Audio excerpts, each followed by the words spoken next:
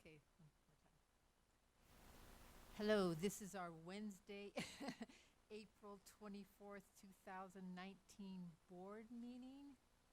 And there's, and I will call to order. And is there any public comments on closed session agenda? You're not going to come up? No? Okay. So we will now go into closed session to discuss 2.12 expulsion referrals, 2.2 certificated public employee appointment, blah, blah, blah. 2.3 classified public employee employment, 2.4 negotiations update, 2.5 public employee discipline dismissal release, 2.6 claims for damages, 2.7 existing pending anticipated litigation, 2.6 ratify workers' compensation claim 433224.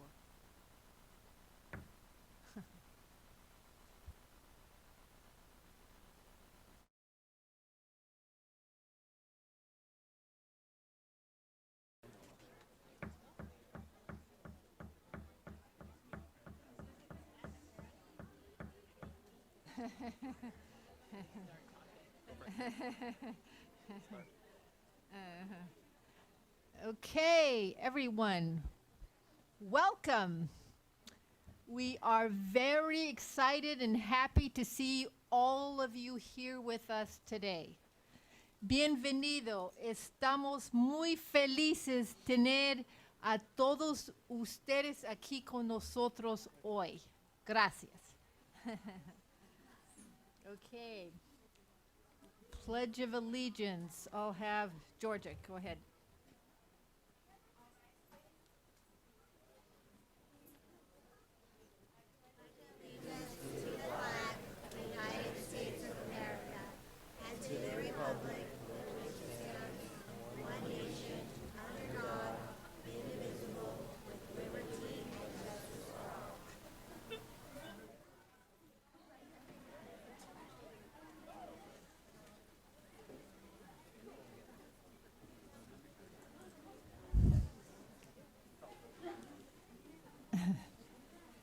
Ok, para que ustedes saben, tenemos un traductor que se llama Virginia, que está... ¿Dónde estás? Ok, ahí. Entonces, si ustedes necesitan el aparato que necesites para hacerlo, entonces ahí está ella. So I'm just sharing that if someone would like to speak on an item on the agenda, they must complete a little speaker card, like those. Here they are. And you can hand them to Eva Renteria. Where is she? Oh, there you go. There's Eva. You can hand them to her. And each speaker has 2 minutes. Thank you. Okay. So we're going to have Dr. Rodriguez, our superintendent, to make her comments. Yeah, thank you. So on Friday, April 12th, I had the great pleasure of spending another day in the life as one of our human resources analysts, and there you can see Mary Lou Masters. We spent the day testing possible new employees for open classified positions, redesigning the entry-level assessment for our site technicians, and also plan for the upcoming Business Expo, which is going to be occurring tomorrow at the fairgrounds. So el viernes 12 de abril tuve la gran oportunidad para pasar otro día de la vida con nuestras analistas de recursos humanos, Mary Lou Masters. Y pasamos el día dando exámenes a posibles nuevos empleados para puestos vacantes clasificados, también haciendo una evaluación de nivel de entrada para nuestros técnicos escolares y planificando para la próxima exposición de negocios que tendrá lugar mañana en los terrenos de la feria. So Mary Lou is an extremely positive, high energy, and you can see dedicated employee I appreciate all that she does to ensure that we're hiring the best of the best for our students. And we're fortunate to have her on the Human Resources team. So Mary Lou, como ustedes pueden ver, es muy positiva, de alta energía, es una empleada muy dedicada. Y aprecio a todo lo que hace para asegurarse que estamos contratando el mejor personal para nuestros estudiantes. Tendremos la suerte para tenerla en el equipo de recursos humanos. So this upcoming weekend, PVUSD will be participating in Earth Day, Day of the Child, in the event in downtown City Plaza from 12 to 4. And the following weekend, we will be participating in the Cinco de Mayo event at the plaza from 11 to 3. So este próximo fin de semana, el distrito va a participar en el evento de Día de la Tierra, Día del Niño, en la plaza de Watsonville, empezando a las 12 hasta las 4 de la tarde.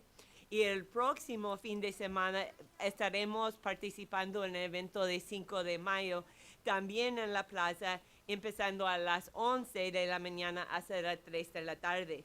So come find our PVUSD tent to find all about the important event initiatives that we're doing, as well as job opportunities to join the PVUSD family. So venga para encontrar nuestra carpeta de distrito para conocer todo lo que estamos haciendo y también para oportunidades de trabajo para unirse en la familia de distrito. Thank you. Okay, I'm going to start with Georgia. Thank you, Karen. But we have a really packed agenda tonight, so I'm going to pass on making board comments, and I would encourage my colleagues to do the same because we have a lot of student presentations to get underway.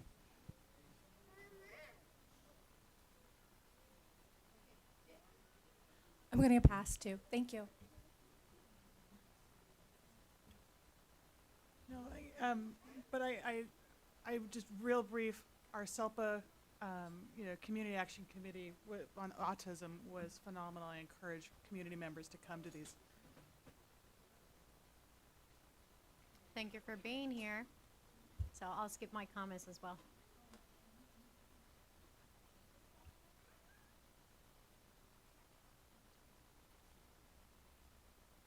I would do the same as well as parents are here. I just want everybody to know that I'm out in the community, and I hope to see everybody out there. Thank you very much. I've been doing lots and lots of things, so everybody's saying no, but I've done a whole lot of things since the last board meeting, so I'll have to tell you on my own, I guess. You can ask me. All right, thanks. Okay.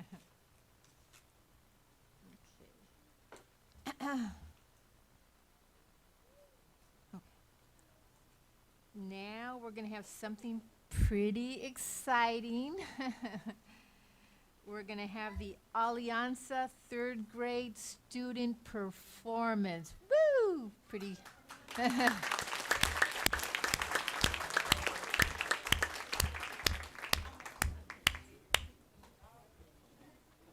on up, Alianza.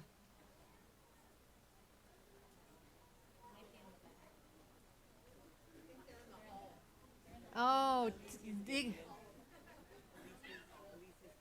Okay.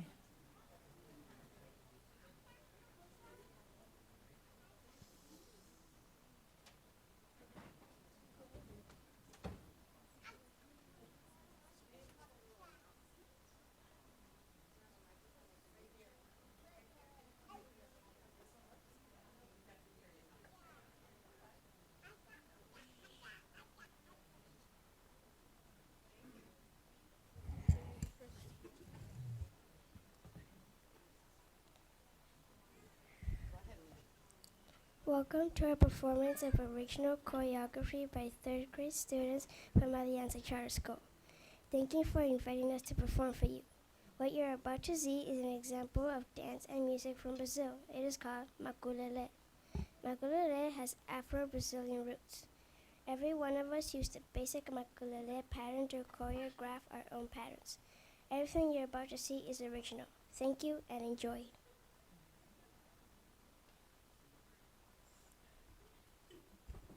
Bienvenidos a la presentación de coreografía original de los estudiantes de tercer grado de la Escuela Convenio de Alianza.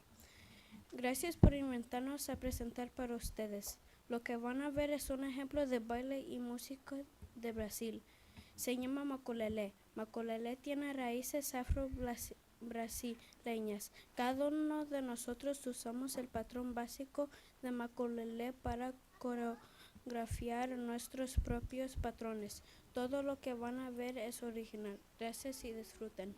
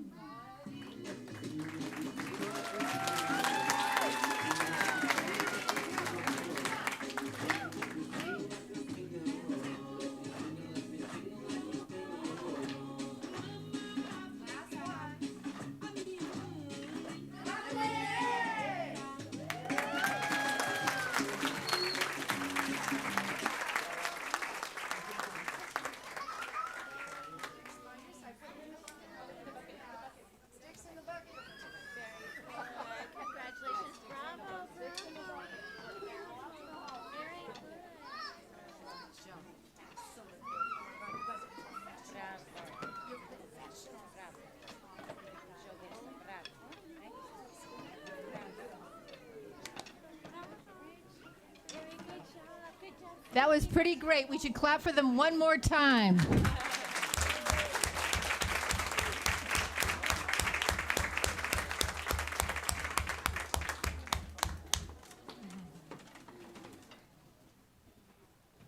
We're going to actually, okay. We're going to do the student. Yep. Okay. So we're going to do the high school student board representatives report. And we have Diamond Tech, just so you know all the people that are going to do it. Okay. Diamond Tech.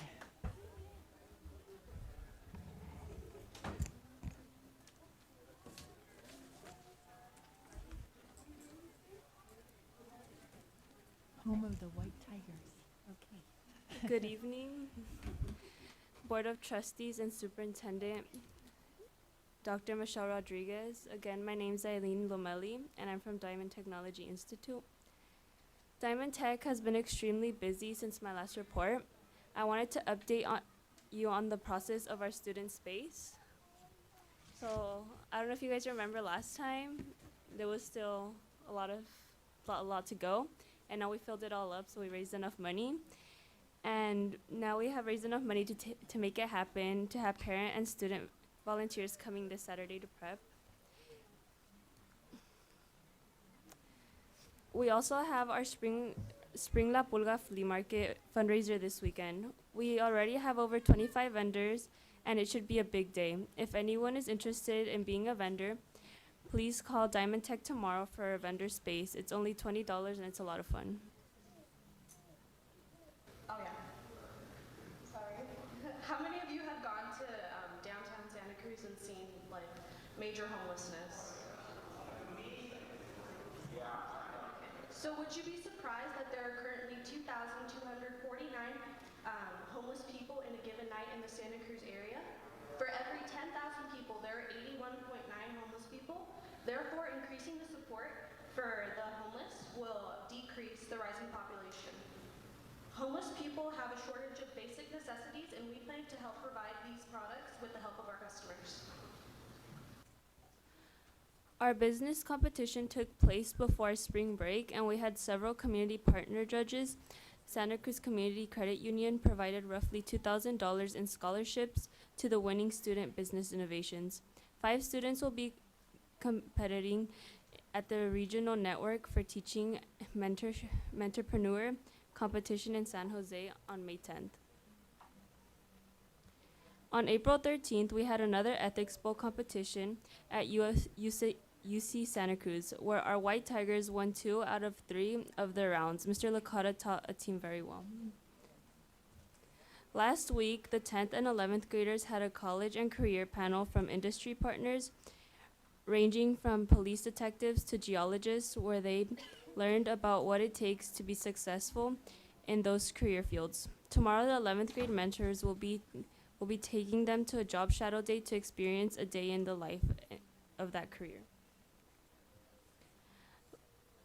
Our senior class will be participating in Diamond Tech's first year senior defense on May 28th.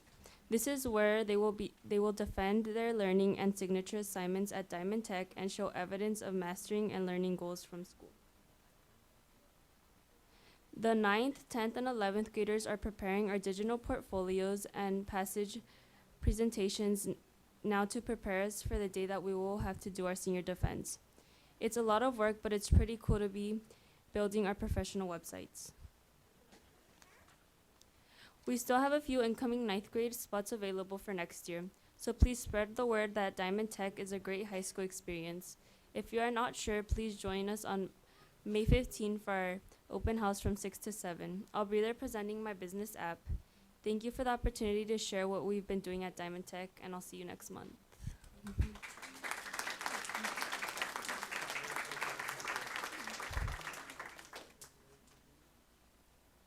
Okay, Aptos High can be next.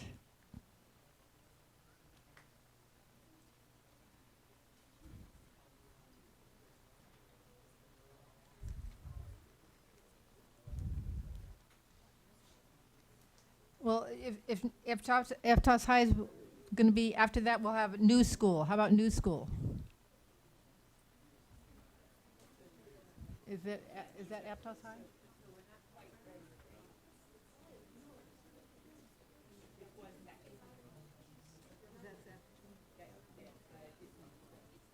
Okay.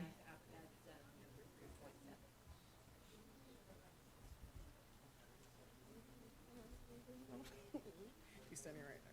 Do you want to point it or me? I need more confidence. Okay, bye. Hello, my name is Christopher Lopez. And I'm Karina. Today we will be representing New School Community Day. So first thing is on our agenda is Growing Up Wild, our last field trip. Our first field trip of our new outdoor science program, which is going to be revolving around ocean life. So we basically went to Growing Up Wild, where we established new team building skills, and we were working with new people that we've never really worked with before. And at the same time, we were doing different group activities where it was based on trust, which one of the activities was directing people blindfolded through mousetraps. And we also did water testing to check the different levels of turbidity of the water and how healthy that water was. And we also worked on our emotional skills and building trust with each other. Our next field trip was at Ramsey Park, where we were able to work to put some mulch on a certain area right by in front of grocery outlet. So there we also did some water testing on the turbidity and how clear the water was. We also had an activity where they did a model of rainwater and how some of that rainwater goes into the ocean, also taking our trash and some of the bad parts of our trash, let's see, animals who poop and stuff, and our garbage and stuff that doesn't go where it's supposed to ends up in our ocean. We also were testing on different types of fish and what types of fish live in the lake there. And we also measured the water temperature.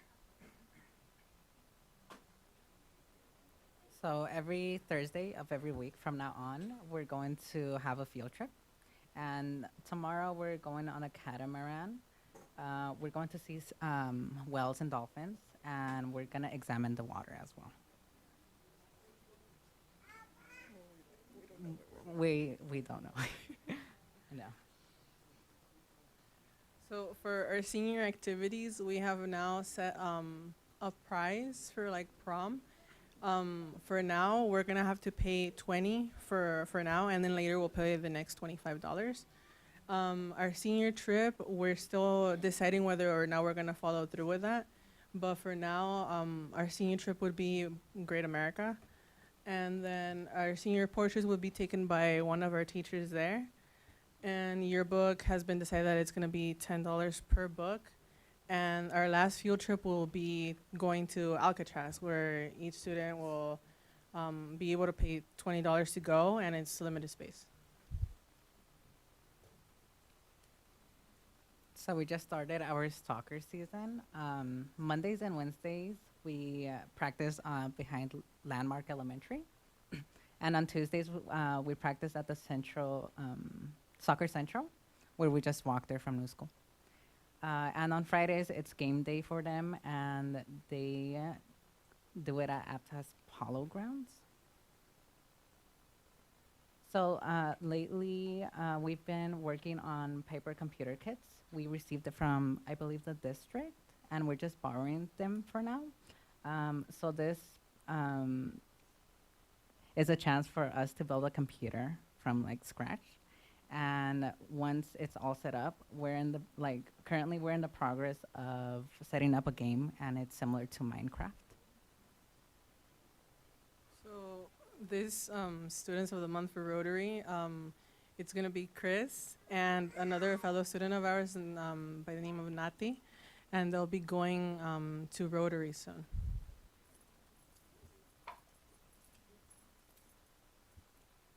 2 Fridays ago, we made pasta and meatballs in the kitchen or in the cafeteria. So there was like different groups of students making the pasta. Well, they were just boiling it, and for the sauce, I believe they made it from scratch. I'm not sure though. And the meatballs, they were rolled into little balls and then baked in the oven. And we just fed the whole school. And we currently received an email from Cabrillo College. Seniors who signed up for the scholarship received $500, and I was one of the lucky ones to get it. Thank you. There's 2 more scholarships which are upcoming, and one of them is for seniors, and it has to do with Rotary, and it's just talking about why you should receive it. And the other one is a Pajaro Valley Association scholarship, which is kind of the same thing of why you should receive it. And that's it. Thank you.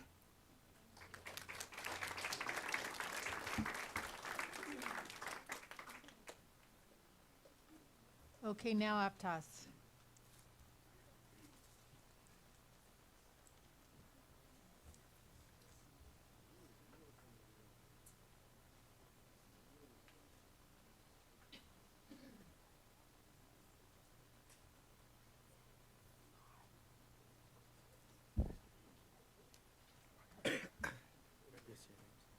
So name yourselves, remember that.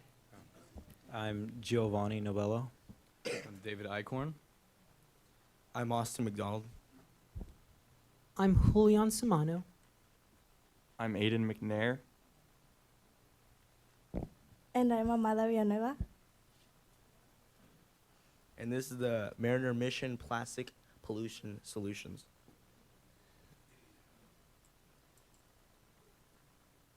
All right, so our efforts to show how bad plastic pollution is happening in our district, or not district, sorry, our school, is we did a pre-data collection, see how many plastic materials is on our campus as at that date, 11/2018. And then we had a meeting with Foods and Nutrition Services just to see if what their thoughts on it are. And then we had a community outreach on Earth Day just to show just to show publicly how bad or how we could change our school.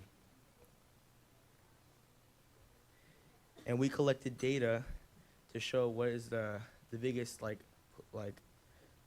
garbage in our campus, and we showed 64.4% plastic litter. And this was collected in 11/20/2018.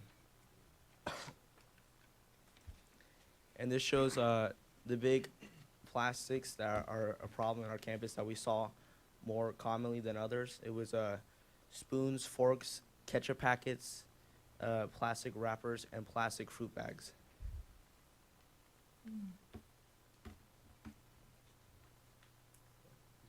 Oh, so this person's not here. So, for my group, we collected information and data by picking up trash by using the app called Literati. After collecting data, we found that plastic was the most common trash on our campus, and is also known to be the most harmful and the most common trash in the environment. We met up with food administrations and talked with them on how to reduce our use of single-use plastics. And after that, we came to the conclusion that it would be great for our school to establish compostable boxes instead of plastic food wrapping, and compostable straws instead of plastic straws. And that was the success that we had for our team.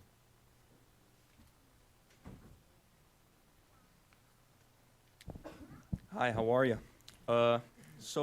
We focused on reusable plastic utensils. After picking up single-use plastic utensils on campus, we realized that they were a pretty common find. So our goal or idea was simple. You bring your own reusable utensil, doesn't have to be plastic. to campus, and when you buy food, you show it to the food server, and you get 5-star points. Just a couple per, showing. So 5-star points, also known as sale points, is the reward system for our school. And if you get a bunch, you can like cash in towards the end of the semester, and you can get rewards like candy, or you get to shave a teacher's head. So to get the ball rolling, we attempted to sell some reusable utensils, the ones you see up there. We bought about 2 packs, so 16 of them, and we sold them for $2 each, so we can make some minor profit to continue buying them. But unfortunately, demand eventually went down, and we only sold about 15, so we, kind of evened out. Administration also said that implementing the sale point rule into the computers would have been kind of difficult, so that ended up not happening, unfortunately. But we may have only sold 15, but at least 15 people never use single-use plastic utensils again. So There you go. It's a win in my book.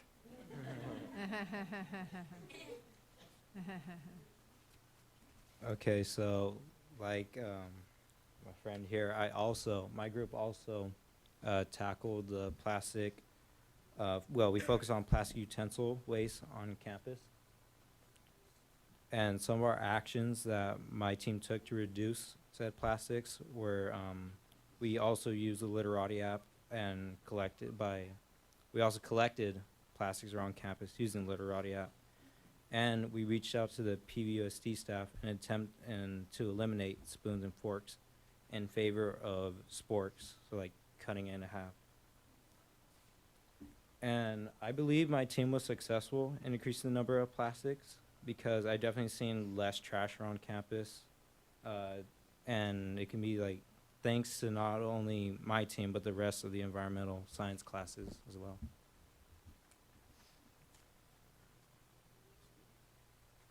All right, Octavio is not here, but I'm gonna present this for him.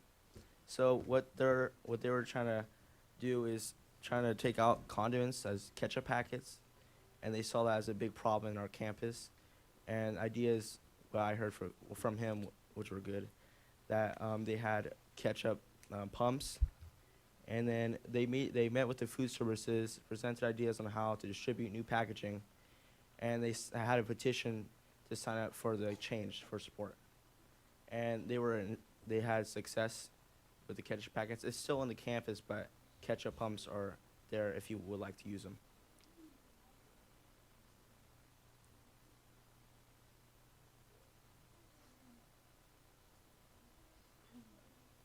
So for my team, what we did is we also did the plastic utensils. And the first thing we did was we looked for alternatives, and the first thing we tried we were gonna try to get edible utensils, but it didn't work out with the amount of time that we had. So we went to our second alternative, and it was wooden utensils. And when we got the order, that weekend my group met up, and we spent 7 hours preparing everything, to then that Friday doing like a little stand, which is the picture at the bottom. And we ordered pan dulce and handed it out to those who attempted to answer one of the 5 questions that we made for reducing plastic. So like, what are the 5 R's, or just different questions on how you can change your use of single-use plastic. And now, we have sporks, which it cut down at least half of the single-use plastic utensils being used on our campus. So what I noticed from my group, I'm speaking as a representative for my group, what we noticed was a problem with plastic fruit bags for plastic wrapping. Sorry. And then we just noticed how there was whole fruits right next to plastic fruit bags, and we thought it was just no use to have them in our campus. And when people are done using them, they usually throw them out, as in the picture right here, or they just throw them in our campus, which is just wrong, or just weird to see it in our campus, just trash around when you're not supposed to see it. And we conducted research about the issue, like see how many plastic bags are around the campus. And we went to the lunch lady, see how many plastic bags were left in the end. The last time I checked, there was like 27 plastic fruit bags that was filled with fruit. They were just left in the end, nobody wanted them. And we learned about the food issue, about like how food's getting wasted with the plastic fruit bags. And we managed to talk to the district, which they didn't reply immediately. But then what I proposed is using salad bars and to not use plastic fruit bags, because there was just an open salad bar that we had and we never used it. And this was a success, because in March they stopped using plastic fruit bags and just started putting them in regular containments where the fruit was just always in.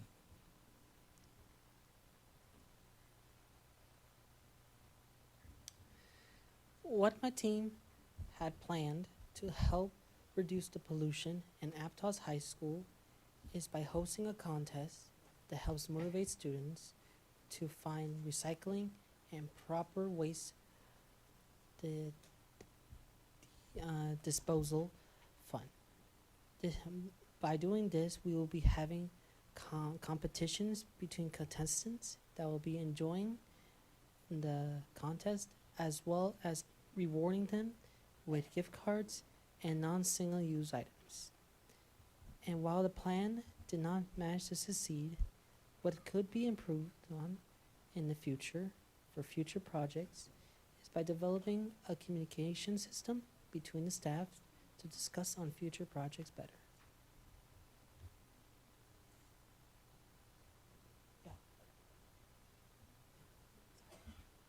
All right, so as a success in a whole, the composition increased by 75%, and the overall reduction in our campus was decreased by 11.9%, which that's a start of success.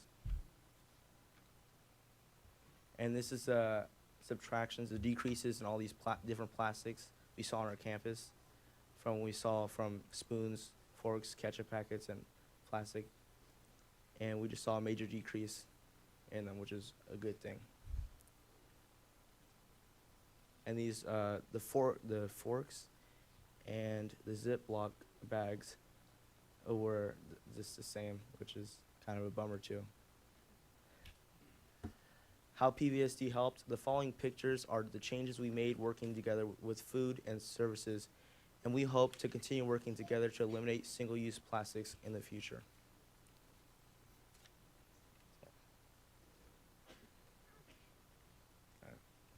These are pictures we have. Thank you, Aptos High Administration, PVSD Food Services, and PVSD School Board for your support. Thank you.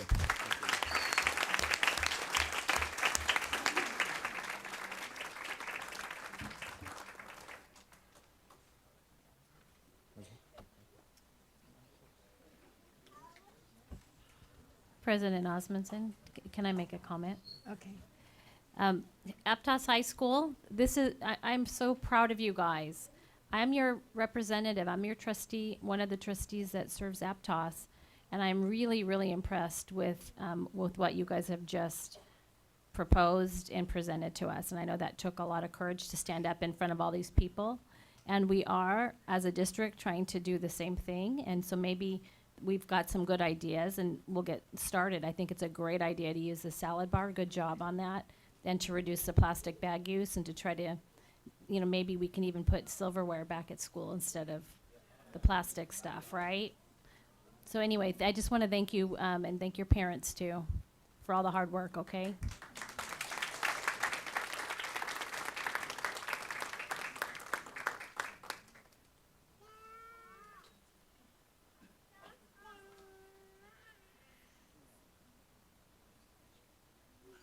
Hey, we're going to have student recognition tonight, and we're missing one of them, and we're going to have them for the next time because they're not able to be here. But I'm going to give you Dylan Vargas, Watsonville High School. And bring your whole family up with you. Everybody should come, the whole family.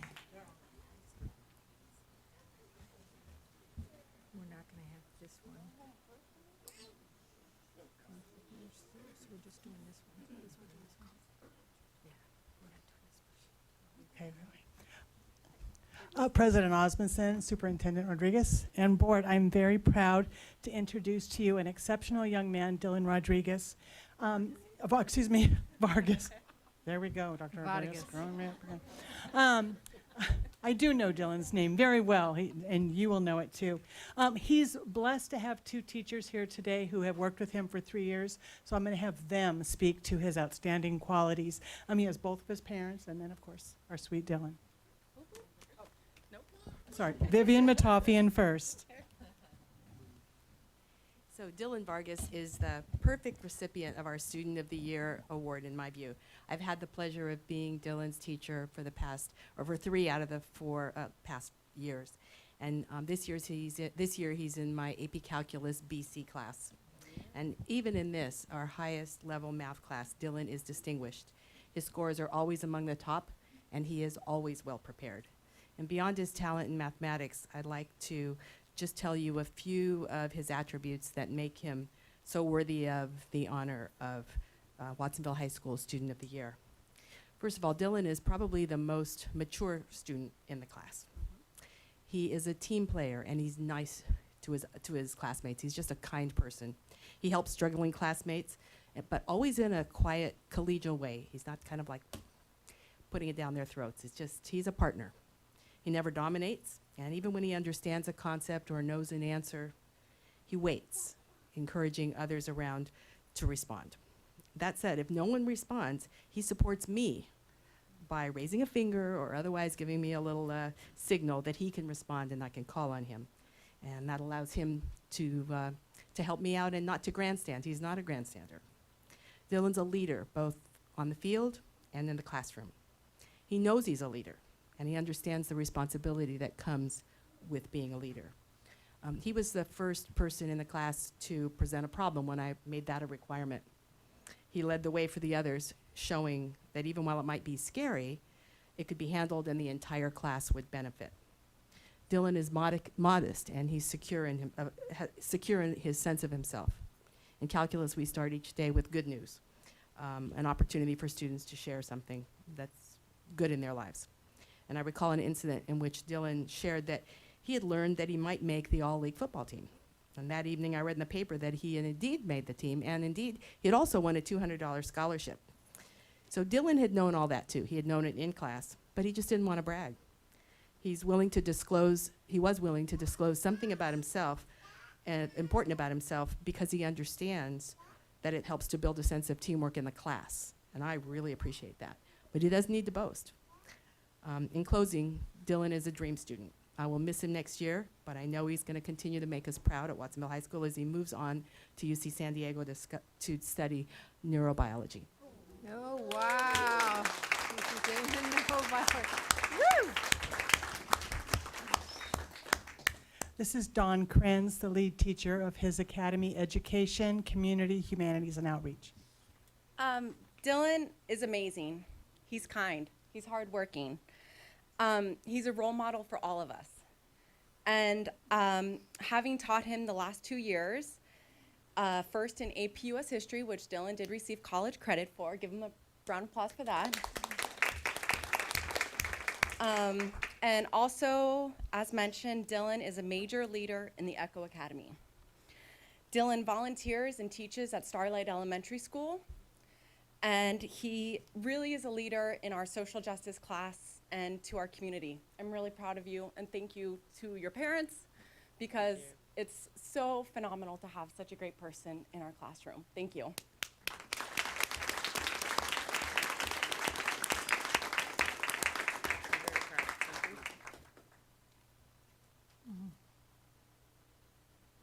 Go- Am I obligated? Yeah. Okay. No, you're not obligated. Hello, everyone. First and foremost, I would love to first thank my parents for everything they've done for me in my life. And secondly, I'd love to thank my two teachers, Ms. Matafi and Ms. Krenz. You know, like I said, I've had Ms. Matafi for 3 of the 4 years at Watsonville High School, and Ms. Krenz I had her for 2 years, and they've both been exceptional teachers and teaching me everything I need to know about the future. And lastly, I would love to thank Ms. Lagaretta for just being the best principal at Watsonville High School. Thank you. Go, Danny.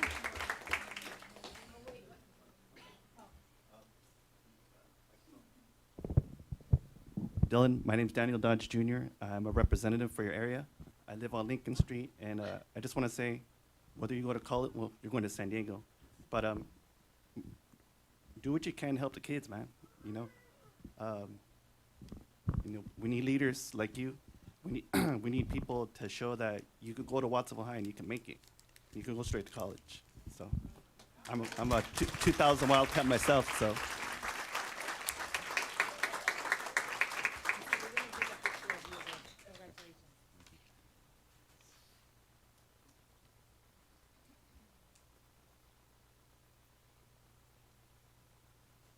In front, please.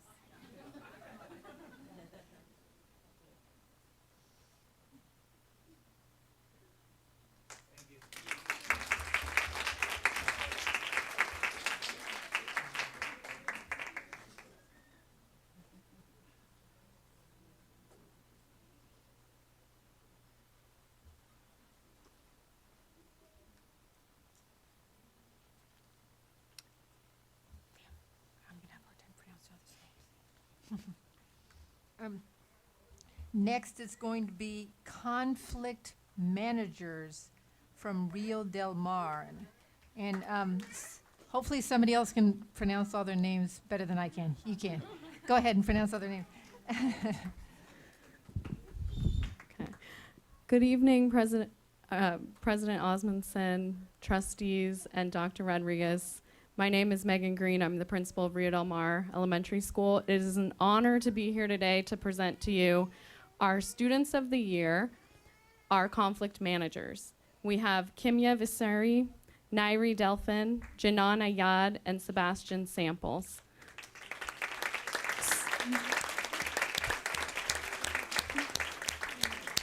I think I'll have the students come up, and then for the photo, we can have the families, if that works, because we have many, many supportive family members.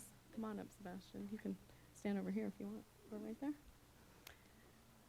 So over the last 3 years, as 4th graders, 5th graders, and now 6th graders, these 4 currently 6th grade students have devoted their time and energy to our conflict manager program. As conflict managers, they assist on the playground during recess with kindergarten through 3rd grade students. Conflict managers help younger students work through disagreements and conflicts, teaching them how to take responsibility for their actions and find peaceful solutions to their problems. They play an integral part in keeping the school a safe and positive environment for each and every student. In looking at our Youth Truth survey data, we had current 3rd graders who wrote comments about the impact that these conflict managers have on their daily lives. So they have made a significant difference in the experience of being a Rio Del Mar student. Wow. We're so grateful for Kimya, Nairi, Janan, and Sebastian for all of your time and support over the last 3 years. We're so proud of you. Congratulations. Wow.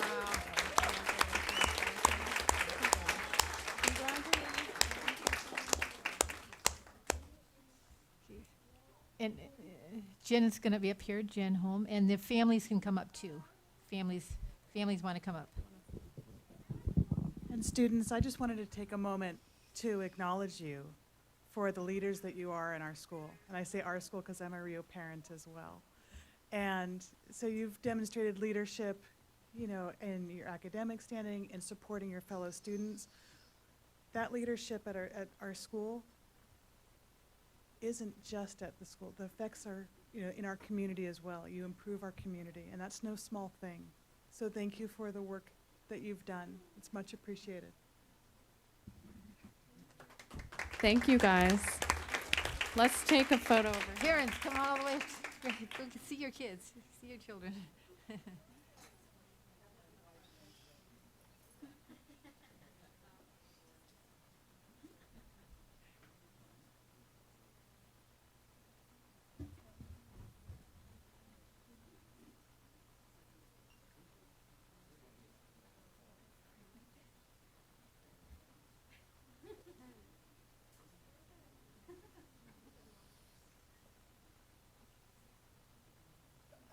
Okay, squeeze in there, everybody. Squeeze in, squeeze in. Squeeze in, squeeze in. So I can kill you.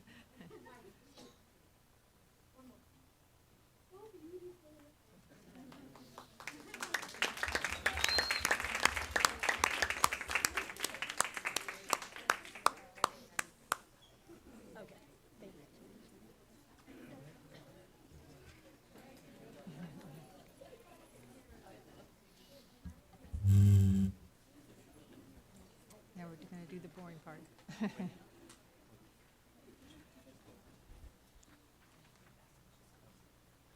So I'm going to start with the less exciting part of the agenda, which is the approval of our agenda. So can I have a motion? I'd so move to approve the agenda with the amendment of moving item 9.1 to right after the approval of agenda before item 5 for the approval of the board minutes. Where's 9? Second. 9.1. Okay. All those in favor? Aye. Aye. Okie dokie. Any opposed? Okay. It was 6. We're going to do 9.1, but we're not going to approve it? Okay. Okay. Okay, we're going to do 9.1, which is the Ivy League students.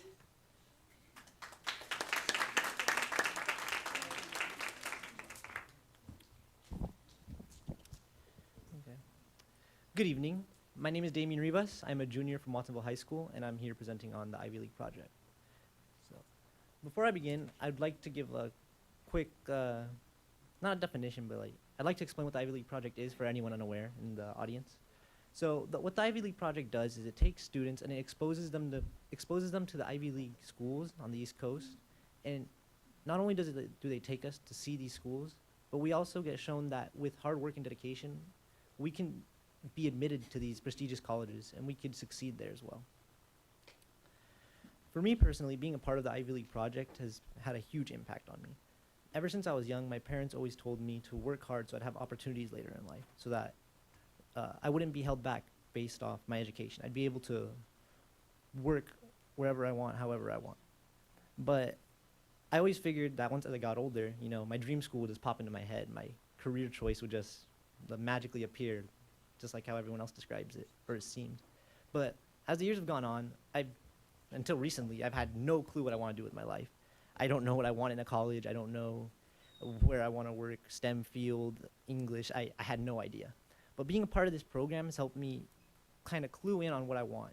I now know more of the specifics of what I'm looking for in a college. I kind of like a bigger campus with more diversity, especially with a lot of extracurriculars. I also know, also for my career choices, what I want to do. I want to do a STEM major, specifically with biochemistry in mind. And not only has being a part of this project helped me with planning my future, but I've also got to see the past of how the students before me have progressed, what they've done, how they've succeeded in these schools, and seeing them bring back their knowledge that they attained and share it with the community. And I hope that one day I'll be able to do the same. Thank you.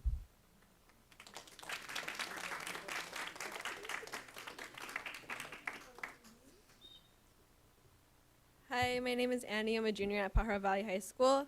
Being part of the Watsonville Ivy League program has made me a better student and a more confident person. I feel as though I'm more goal-oriented in the sense that I've perfected life skills such as time and money management.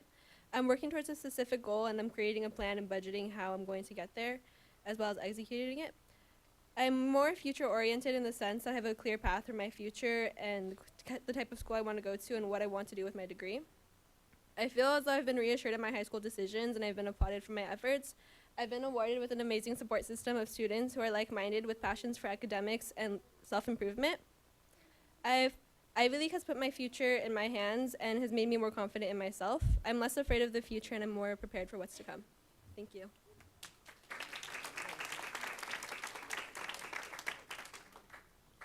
Good evening, Board of Trustees. My name is Alexia Perez. I am a junior at Watsonville High School. I want to begin with kind of giving a few statistics about what Ivy League is. So Ivy League has been a project in the Central Coast, the only one in for 10 years straight. It's also the only Ivy League project in the Santa Cruz County. With that being said, I want to begin with the opportunity given to me to be able to attend this Ivy League tour has impacted me significantly within the past few months. I've been able to realize how much work and dedication goes into the fundraising and the whole process for preparing for the trip. The tour is not a vacation, however, it is an opportunity to become exposed to these prestigious universities. We will be able to network and make connections with students and even the deans of admissions of these colleges. Being a low-income student in an area with limited resources, this tour can help us realize that we have the potential to go to these schools, and it has been, possible. It is possible for us. There have been alumni from Watsonville High School that return to the community from these colleges. We just recently had a senior commit to Yale that went on this Ivy League tour. So just seeing that kind of motivates us to push harder to be able to apply and even attend these colleges. Personally, I value this project because it gives me the opportunity to go beyond the level of education of my family. Coming from a low-income household, it has always been a priority of mine to make my family proud and to become successful. The root of my motivation stems from witnessing my grandmother working so hard and arduous in the agriculture industry, and even myself experiencing that and the hardships that come from working in the fields. And I get motivation from my mother, who has just recently finished her 2 years at Cabrillo for nursing. She had been working towards this for the past decade, I believe, and she's finally going to graduate in May, which I'm really proud of. Seeing her dedication to her field of study has only encouraged me to do the same, and especially to set a good example for my sister, my younger sister. I, along with the other students involved in this project, are extremely grateful for the opportunity given to us, and we're beginning to realize that we have the ability to do great things in and outside of our tight-knit community. It is a pleasure to be working with these unique, intelligent students who have similar goals as myself, and to be able to push ourselves to reach our potential. The struggles and challenges that come along with preparing for this tour are definitely going to pay off in the end. Thank you for listening.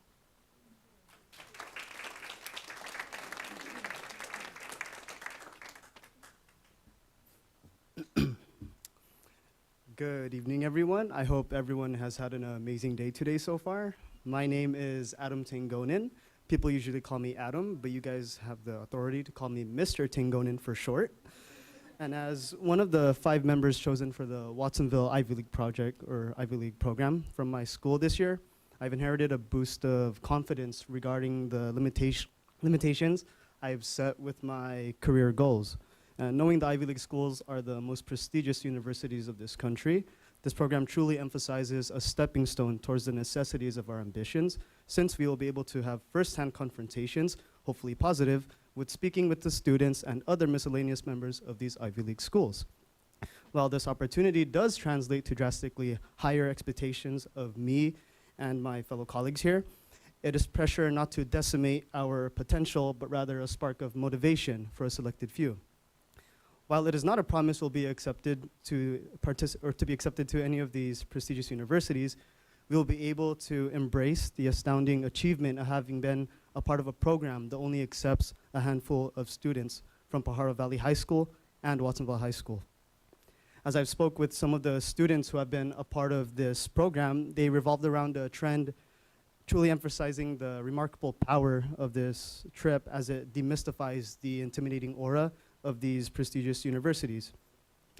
And with reference to the past students who were a part of this program but got rejected or weren't accepted to any of the Ivy League schools, they still pronounced the strive for the limitless ranges their education may come towards for their future, and in result, promoting a breakage of barriers which may be held against them. I truly believe we can use the experiences from being a part of this program as a major component to carry us in the best way possible for our future goals, regardless on which school we commit to. This program has shaped maturity in me in relation to the doubt I have fixed my thinking with regarding the schools I would possibly be admitted to. Like the past students of this program, we all want to do our best with acquiring as much knowledge as we can from students attending these universities as we go on this trip. And we want to use these new experiences from this trip to be better shaping for our future. And thank you all for listening.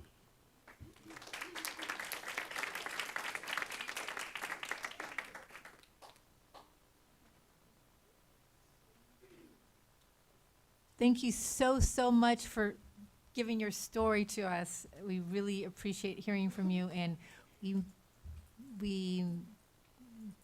want you to have the best of luck at one of them. Okay, now we're going back to the boring part of the agenda again. And now I'm going to 5.1, approval of March 27th, 2019 board meeting minutes. Can I have a motion? Move approval.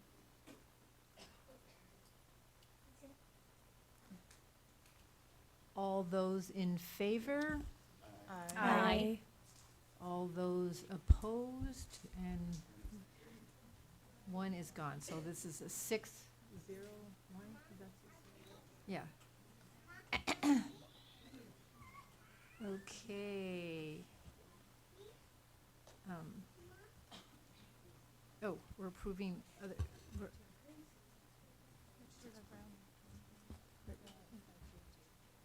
But we're still approving minutes. I'm not closing the meeting. Okay, so I'm also approving the April 10th, 2019 board meeting minutes as well. Can I have a motion? I'll move approval. I'm sorry, I'll second. Okay, all those in favor? Aye. All those opposed? Okay, 601. No.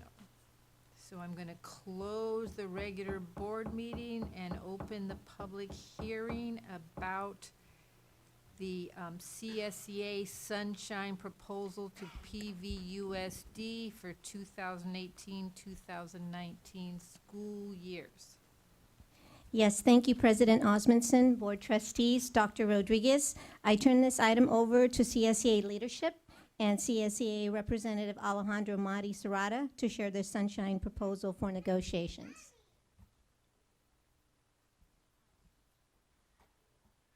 Good evening. How's everyone doing tonight? Pretty good? Okay, I'm doing good. All right, so we're here to present our Sunshine proposal for the 18-19 school year. There's 3 articles that we're sunshining. One of them is hours and overtime, where we want to be able to negotiate with the district to modify our overtime language in the contract. The second article is pay and allowances, and again, we want to be able to negotiate with the district to add or modify elements of the working out of class language that we have. And then the third one is the grievance process. This is the second year that we're bringing this up. This is something that our membership continues to let us know that is important to them, to be able to have binding arbitration in our contract. And so that's what we're going to be bringing up through the negotiating process. And then there's a few articles that we didn't finish negotiating last year. One was the evaluations committee, and the other one was the bilingual pay. So hopefully, once we start the negotiating process, those 2 committees and the transportation handbook committee will have a finalized recommendation on what they're proposing, and we'll be able to put it into the contract. So that's, in a nutshell, what we're sunshining. Thank you. Thank you. And then I'll talk a little bit more in our section. All right, bye. So any discussion from the board on what he said? Nothing? Okay.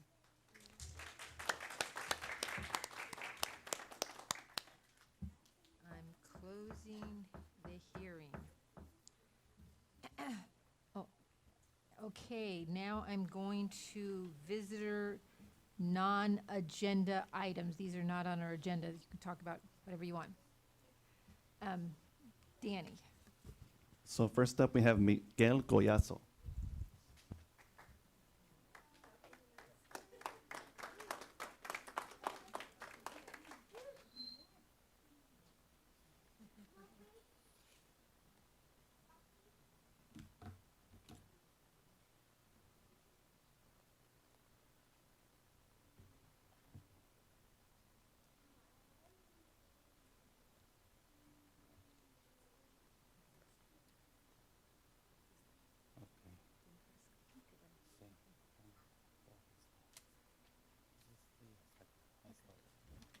I want to welcome you to the meeting.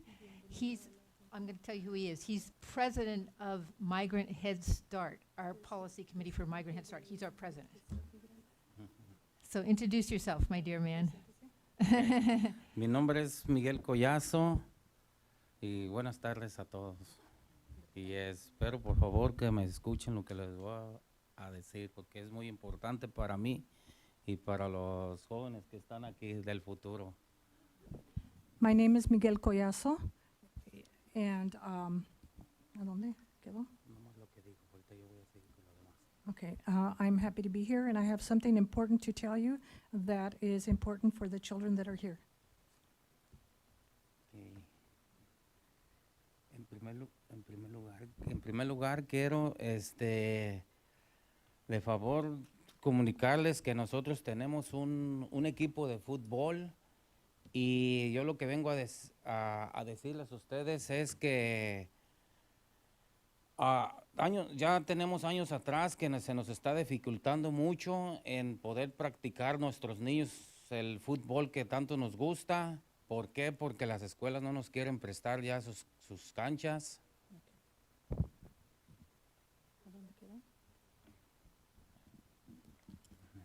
I'm here to talk about the football fields and to look for permission to play. In the past years, it's been difficult because the schools are not allowing us to use the fields anymore. Mhm.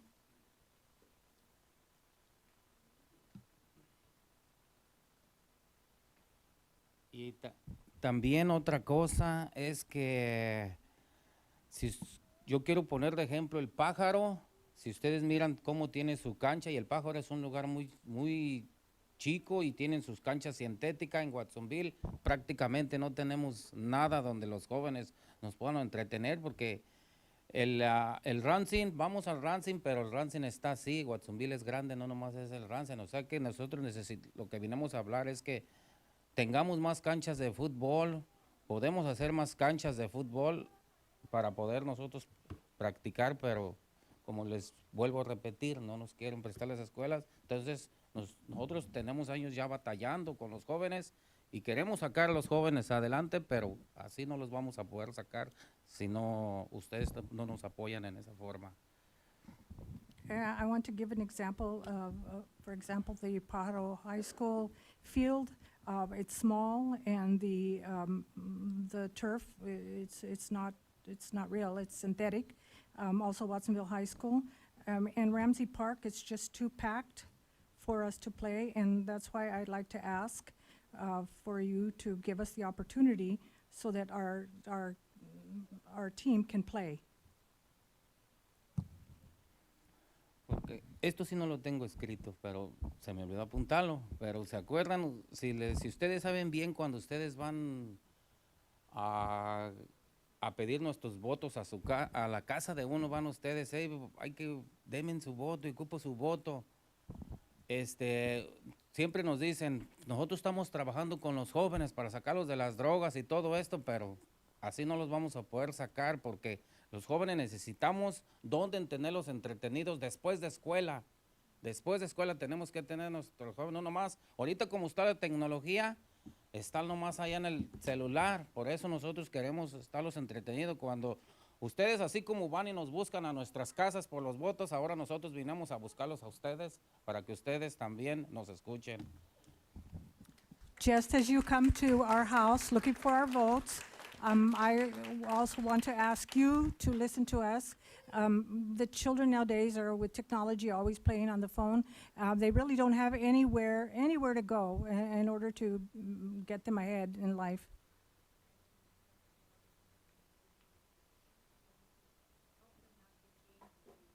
Oh, that's right.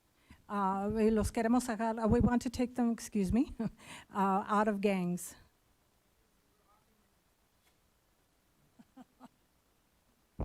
He just said too much in one time. Okay. Si lo puede, nada más una frase o dos Sí. frases en un momento, si no, no me acuerdo de todo lo que dice. Ok, entonces, lo último también, yo para mí sería un buen proyecto hacer unos campos sintéticos, porque yo estuve con mi hijo saliendo fuera a jugar fútbol, por ejemplo, como Manteca, no sé si pienso que ustedes conocen Manteca, Bakersfield. Son unos pueblos igual que Watsonville de chicos. Ellos tienen muchos campos de soccer y hacen torneos de fútbol. Entonces, esos torneos llaman la atención, traen equipos desde Nuevo México, parte de Estados Unidos. Entonces, como allí para mí es un buen negocio porque los hoteles están llenos de toda la gente que se instala porque son 2 días. Renta uno el hotel desde viernes y sábado. Entonces, Manteca and Bakersfield have lots of fields and with synthetic turf. And they have lots of people coming from all over the place, New Mexico, everywhere. And I think that that would be a good business for the hotels and motels here in the city, would attract a lot of people. Señor, es 2 minutos. ok, entonces, si lo último, entonces eso es lo que yo les digo, por favor, si ustedes hacen lo posible para que hablar, si nos prestan las escuelas, es lo único que también queremos que practiquen nuestros jóvenes, porque en realidad no tenemos dónde practicar. Y andamos, si nos prestan una cancha, solo una cancha, todos los demás equipos se enteran y todos vamos ahí. Muchas gracias y ojalá y nos escucharan. Dice que quiere que les Que nos presten las canchas para poder... I would like for you to let us use the fields because, I mean, more fields, open up more fields. If you open up one, then everybody knows about it, then it becomes too busy and we're not able, then no one can really use it because there are just too many people there. ¿Algo más? Es todo. Y muchas gracias. Thank you.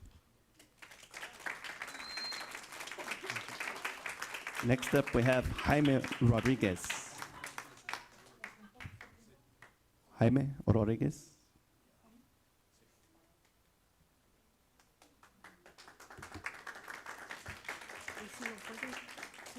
Si no dicen en una vez, porque no me acuerdo. Sí, nomás poquito ya. Sí, bueno, muy buenas tardes. Mi nombre es Jaime Rodríguez. My name is Jaime Rodriguez. Creo la señora Michelle me recuerda. Karen Omuxo. La señora María Orozco. Me conozco. Primero que nada le quiero presentar a mis muchachos, a Julio. First of all, I'd like to present my children, Julio. Miri, de pie. Isaac. Miri and Zach. Edgar. Digo tú. Edgar. Ángel y Kevin. Son suyos. Ángel and Carrie. Ellos son miembros de un equipo que organizamos yo y mi esposa. They are members of a group that my wife and I organized. Ya tenemos casi 3 años trabajando con estos niños. We've been working 3 years with these children. El propósito de este proyecto fue precisamente cuando terminó mi sexenio, mis labores con el distrito. And the purpose of this, Mis labores con el distrito, que era representante también del distrito. oh, I was also a representative of the district. Y honestamente, lo que yo aprendí de ustedes es que necesitamos sacar a los chiquillos de pandillas, drogas y darle una segunda opción para después del estudio un deporte. And what I learned from you was to have the children not be involved in drugs and have something to do after school involved in sports. Okay. Nosotros nos hemos preocupado por la obesidad, la drogadicción y pandillas. We're worried about the obesity, drug addiction, and gangs. Pero, o sea, como a nivel distrito, pues sí no, a nosotros, cabe mencionar, no somos ni una agencia no lucrativa. We are a non-profit organization. Cada uno de los padres paga sus inscripciones. Each one of the parents pays their registration Igual sus uniformes. and their uniforms. Y lamentablemente yo tengo el mismo problema que el compañero que acaba de pasar. Okay, tenemos el mismo problema. We have the same problem as the person that just passed. En el pasado yo le había pedido el apoyo a la señora Karen Omuxo. And in the past, I had asked for support from Karen. Ella me hizo una sugerencia, la seguí. She gave me a suggestion and I followed it. Fui al departamento de facility, I went to the facilities department, pero si no soy non-profit, no me pueden prestar ni una escuela. but if I am not nonprofit, they cannot let me use any school. Desde agosto a marzo, From August to March, nosotros como familia pagamos contratos de $720 una hora por semana en el indoor. indoor. Yeah. So As a family, we pay 700 and Sí. 700 $720 $720 for one day at the indoor Por una sports for 1 hour. Entonces, pienso que yo miro muchas escuelas vacías. Pienso que cabemos todos. I see many empty schools, and I think we all fit. Yo anteriormente había pedido la escuela, la Mitty White I had asked for Minty White before, o a la EA Hall, que or EA anteriormente Hall. yo estaba practicando ahí, pero porque estaba dentro de una federación no lucrativa. And we were practicing there because it was a nonprofit organization. Y como ya no participo con esa liga, yo ya no puedo practicar en esa escuela. But because we are not part of that league, we can no longer practice in that school. Hace unos meses hice una petición para que me prestaran un teatro o cómo se... A few months ago, para practicar con mis chiquillos que fueron apenas a España, regresaron el domingo. I petitioned for my children to go to Spain, and they returned on Sunday. Y pues yo quiero continuar, I want to continue, pero he visto desfilar muchos entrenadores independientes I've seen many independent porque no contamos trainers con este apoyo. because we don't have your support. Yo le quiero pedir de favor a la señora Michelle que nos apoye con eso. Señora Karen Ogmuson, I would like a Dr. todo Michelle el to support miembro, us, Karen, all the nos members. pueden ayudar con una escuela. If you can help us with some school, Yo me comprometo a mantenérselas intactas. I promise to keep them intact. Señor, es 2 Es minutos. todo. Gracias. Muchas gracias.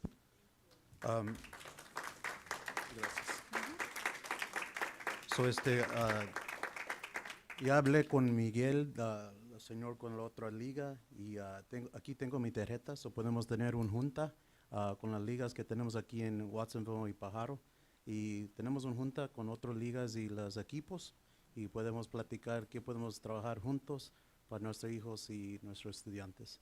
So aquí tengo mi tarjeta, y ahorita vamos a platicar. Okay, ¿puedo hacer un comentario ante eso? Por favor, un minuto. No pueden ahorita. Muchas gracias. So next up we have Marcellus Bocanegra. Marcellus? No? Okay. So next up we have Esther Murillo.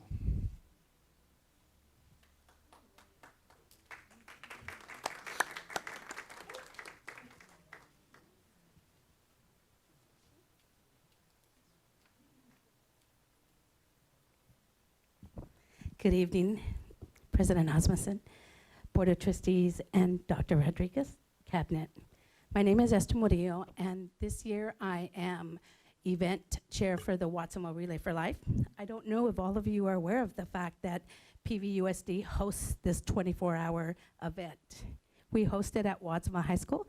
This year it will be held on July 13th and 14th. What we have is the community coming together where we remember those that we have lost of cancer, and we have our, what I call the Angels of Hope, the cancer survivors.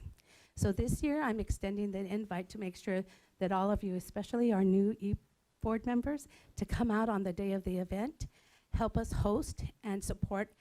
May is Cancer Awareness Month, and so that's where we remember, especially those that we have lost. And you're gonna notice that our community comes alive. We have several different events at different venues, Cilantros, Jaliscos, Imuras. They sponsor our events. We have people that come out and then they support by donating. Right now, we just did our kickoff in February. Right now, we have a total of 23 teams. We normally have anywhere between 30 to 35, and we've already raised $15,000. So thank you very much, PVUSD. Our teams consist of the majority of teachers and classified employees, 80% of that, and then the rest, the 20%, is the community. Whole Foods, Driscoll's, Cal Giant are huge supporters of our Watsonville Relay for Life. So this year I'm going to do a little different because I'm the co-chair. I'm going to challenge our board to get involved. We already do that a little bit by coming out on the 4th of July parade, where we come out all dressed up in purple. We have a team called Drivers Driving for a Cure, and they're our bus drivers. They're one of our biggest teams. So we have lots of things happening, especially during the month of May, and then leading up to the main day. So would really appreciate you guys to step it up a little bit and help us. We've already got Joe Dominguez and Kristen Sherrill that have already volunteered to help us. So thank you very much. I'd like to get all of you on board. Thank you. Always a good event. Thank you very much. Next up, we have Laura Zucker.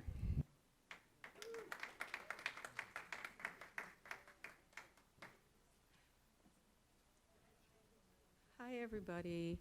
So my name is Laura Zucker, and I'm a speech-language pathologist for SELP, and I work at Hyde Elementary. And I love my school. I was going to say that. I'm also very pleased to be at Hyde always, as I think those at Hyde know. I think like all teachers, I love the kids. I love the community. We're lucky because we're a walking school, so we get to see the parents all the time. And I'm also on the negotiating team. And I'm really glad that we're going to get to start negotiating, because what we want what's best for the families, what's best for the students. And, we are facing some financial problems perhaps because, we're trying to work on this by going to Sacramento and making sure that we get the funding that we need. We have campaigns to do that, and we will have the impact of Navigator Charter School, which this Saturday, if anyone wants to walk with us, I'm going around Minty White, and we're talking to parents about what we know and what is kind of changing, thank you, thank God, on the private charter school front. Of course, we love our charter schools.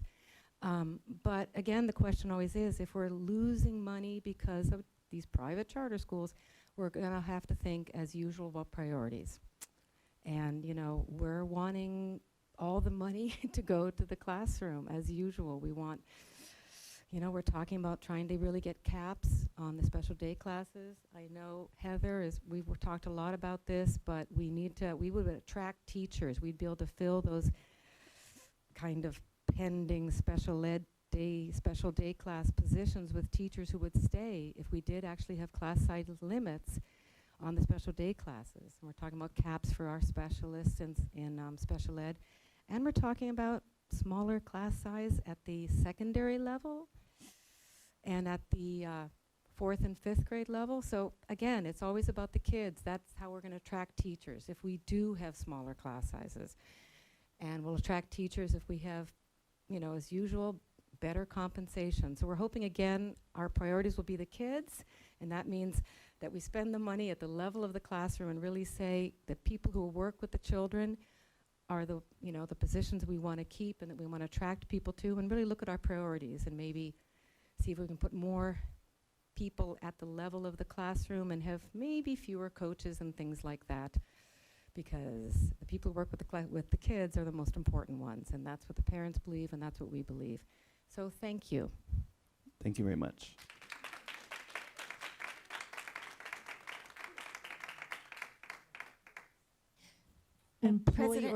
President Trustee Osmondson and Dr. Rodriguez, I just wanted to make a quick note for a request.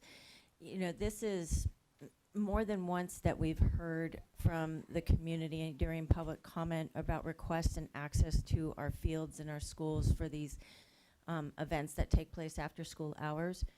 And now we're having conflicting reports that some are getting access and some are not. So what I'm requesting of you as part of the agenda setting committee and the rest of the agenda setting committee is if you could bring this forward as a report and discussion item, at least on a very near future agenda. If it's not on the next agenda, which I imagine it probably won't be since you've already met today, I'll remind you at the next board meeting during my board comments, but please can you bring a report and discussion item forward so we can address this issue, please. Thank you. Report and discussion. Okay, now we have the the unions and management association to speak. So Pajaro Valley Federation of Teachers.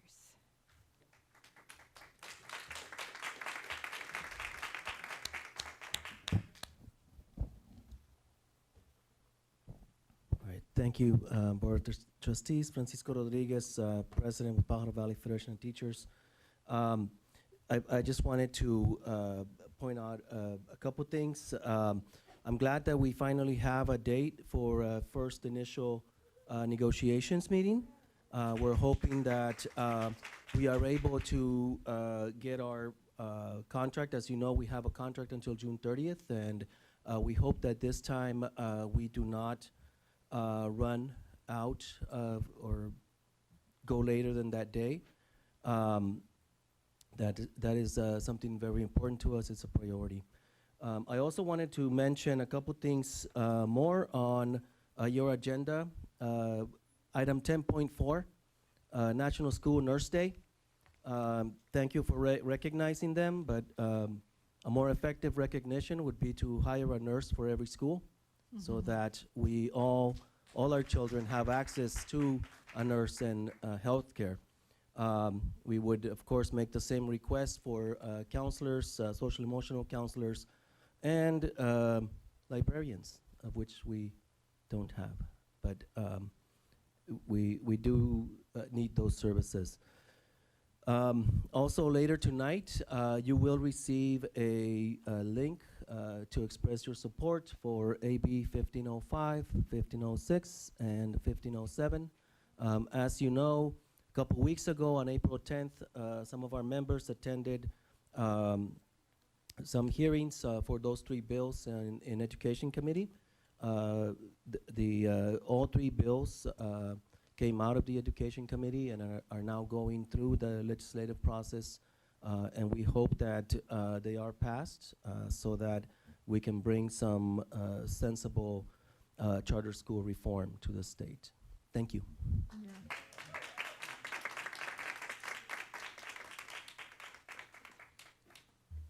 Okay, CSCA, California School Employees Association, saying the whole thing. We have a long title. Well, you get me twice tonight. Yeah. Yes, you're unfortunately, leaving. I'm leaving the service area, but it was a Yeah. pleasure working with all of you and with the superintendent.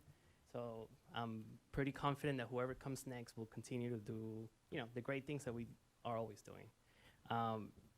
But I just wanted to mention a few things. One is that today is Administrative Professional Day, which means that a lot of our members, it's their day. So I just want to, for the two that are here, that are admin, and for the rest of our members and throughout the country, and Eva, and everyone else who works as an admin throughout the district, just wish them a happy day. They need to be recognized for the great work that they do. Thank you. Yeah. There you go, Eva. The second thing is that, and it's good news, so we've, as I'm sure you're aware, we've been navigating the whole summer assistance program, this new program that the state is implementing, and they told us today that they're gonna be matching one-to-one for everyone across the state, which means that a lot of districts did not participate, but districts like Pajaro that did participate, our members are gonna be getting, just full one-to-one matching. So that's really, really good, and I'm happy, yeah, it's gonna be good. They showed the amount, and Pajaro is gonna get over $750,000 in matching funds. So that's really, really good. We're happy about that. And then the last thing that I wanted to mention, as I've wrote in an email, we really wanna encourage the board to pass a resolution calling for a moratorium on charter schools.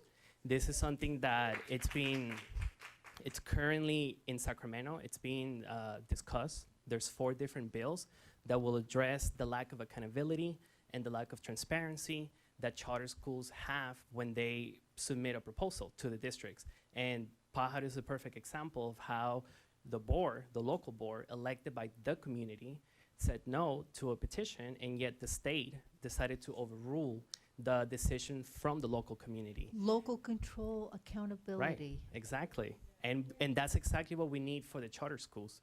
So I really hope that maybe at the next board meeting that we can approve a resolution that we can show Sacramento that here in Pajaro Valley, in the Watsonville and Aptos community, there's support to bring more transparency and accountability to this flawed system that we have right now.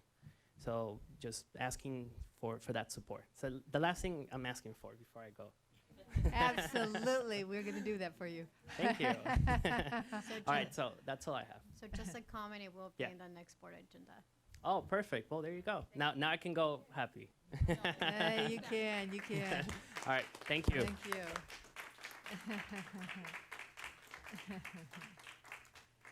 Okay, do we have the Association of Managers, PAVAM, here? Wow, we do. Yay, Carol Ortiz. Hi, good evening. Good evening, President Osmondson, Superintendent Rodriguez, board members. I'm Carol Ortiz, Director of Extended Learning and also a member of PAVAM. As was previously mentioned, today is Administrative Professionals Day, and I learned early on in my educational career that it's the office managers and the custodians at the school site who get things done. So I just wanted to acknowledge on behalf of PAVAM all of the hard work that our administrative professionals do at the school sites and at the district office. We couldn't do our work without them. So on behalf of PAVAM, I just wanted to appreciate and thank them and acknowledge them for their day today. Thank you.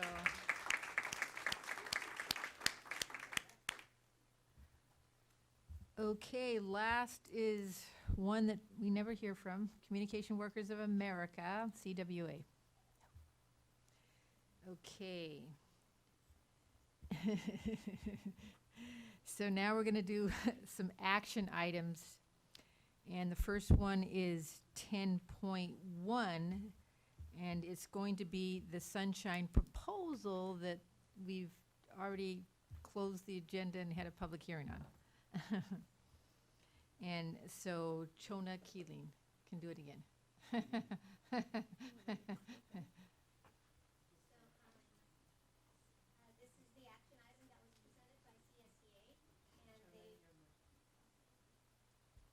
Thank you.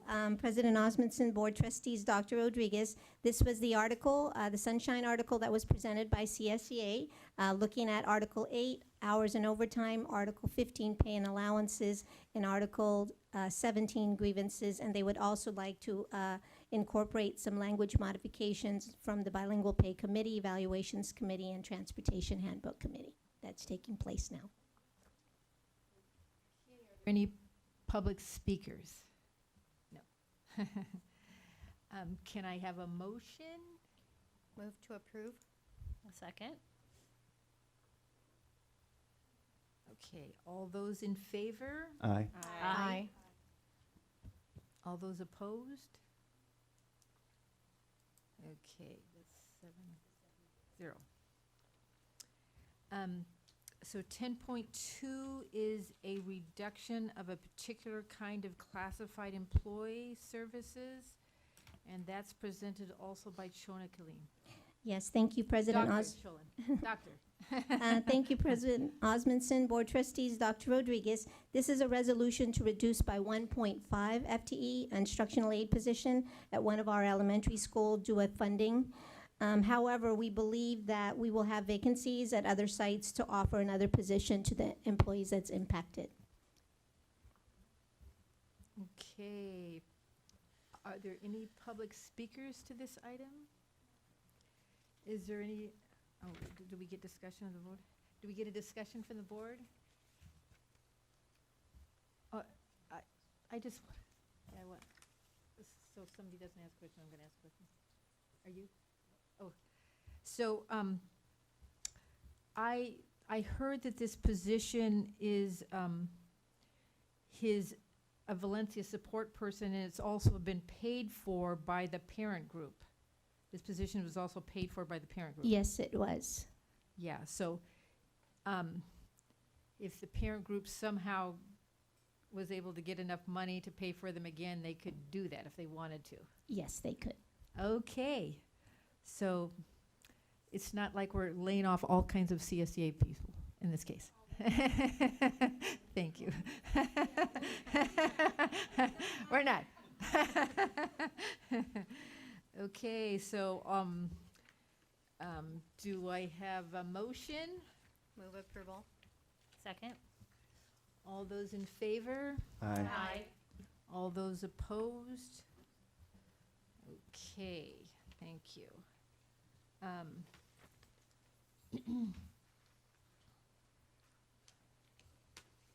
Okay, this is we're getting better now, the agenda. This is 10.3, resolution number 181938, acknowledging May 7th, 2019 as National Teacher Appreciation Day. And So- report will be presented by Chona Killeen and maybe Nellie and maybe Francisco. Yes. We're doing this with a little help from our friends. And it's I not can every tell day you. that I get to put words in our chief negotiator and our PVFD president, so I'm taking advantage of it. Nationwide, the Day of the Teacher will be celebrated on May 7th, 2019. The teachers at PVUSD are deeply committed to the success of every student and have many extraordinary skills that they pull from to reach and teach our students. I'll go a little bit off script here, but just wanted to make the point that the Day of the Teacher was originally sponsored several years back by the Association of Mexican American Educators, and the idea was to have a day that would be dedicated to recognizing the dedication of teachers. But as Chona says, as advocates, inventors and problem solvers, our teachers play a critical role in educating and shaping our children, the future leaders of our country. They are kind, patient, hardworking, dedicated, and understanding professionals that mold our children's lives in a positive direction. We entrust our children with the teachers, and they affect their lives on a daily basis. On behalf of the governing board and our illustrious superintendent, we believe that the contributions of our teachers are crucial and value the great work and positive impact that teachers have on the lives of our students, as reflected in the resolution.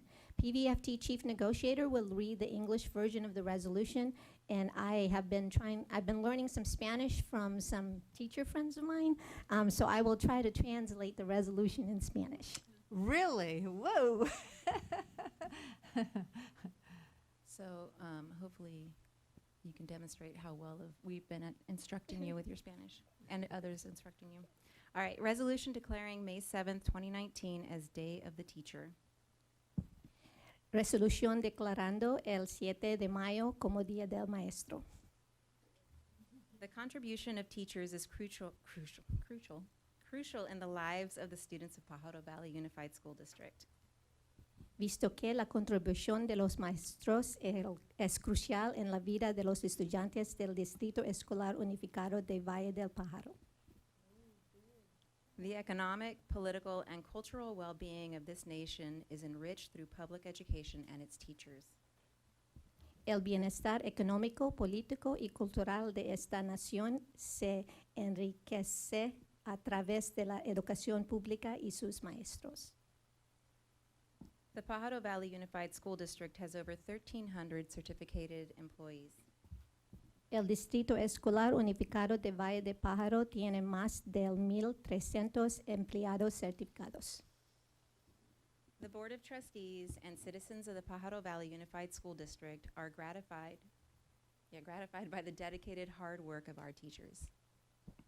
La Junta de Síndicos y los ciudadanos del Distrito Escolar Unificado del Valle del Pájaro son gratificados por el dedicado y duro trabajo de nuestros maestros. Now therefore be it resolved that the Pajaro Valley Unified School District salutes its teachers and declares May 7th, 2019 Day of the Teacher. Ahora, por lo tanto, se resuelve que el Distrito Escolar Unificado de Valle del Pájaro saluda a sus maestros y declara el 7 de mayo Día de los Maestros. Be it further resolved that the Board of Trustees of the Pajaro Valley Unified School District urges students, parents, and community members to take measures to give special meaning to this significant celebration. Se resuelve aún más que la Junta de Síndicos del Distrito Escolar Unificado de Valle del Pájaro anima a los estudiantes, padres y miembros de la comunidad a tomar medidas para dar un significado especial a esta celebración significativa. I learned something from you guys. And Dr. Rodriguez.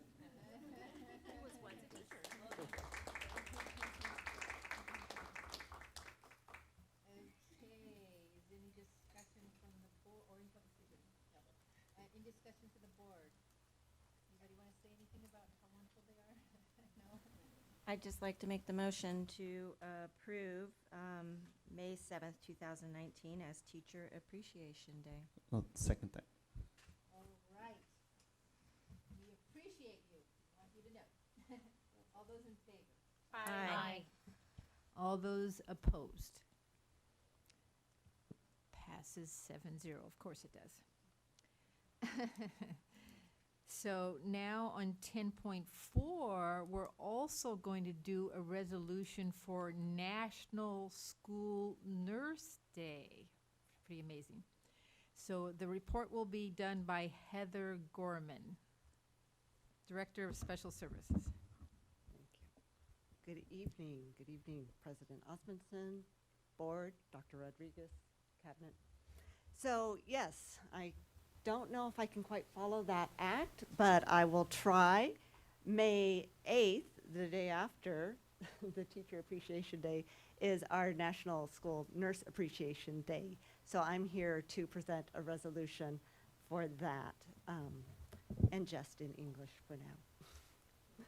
So, whereas children are the future, and by investing in them today, we are ensuring our world for tomorrow.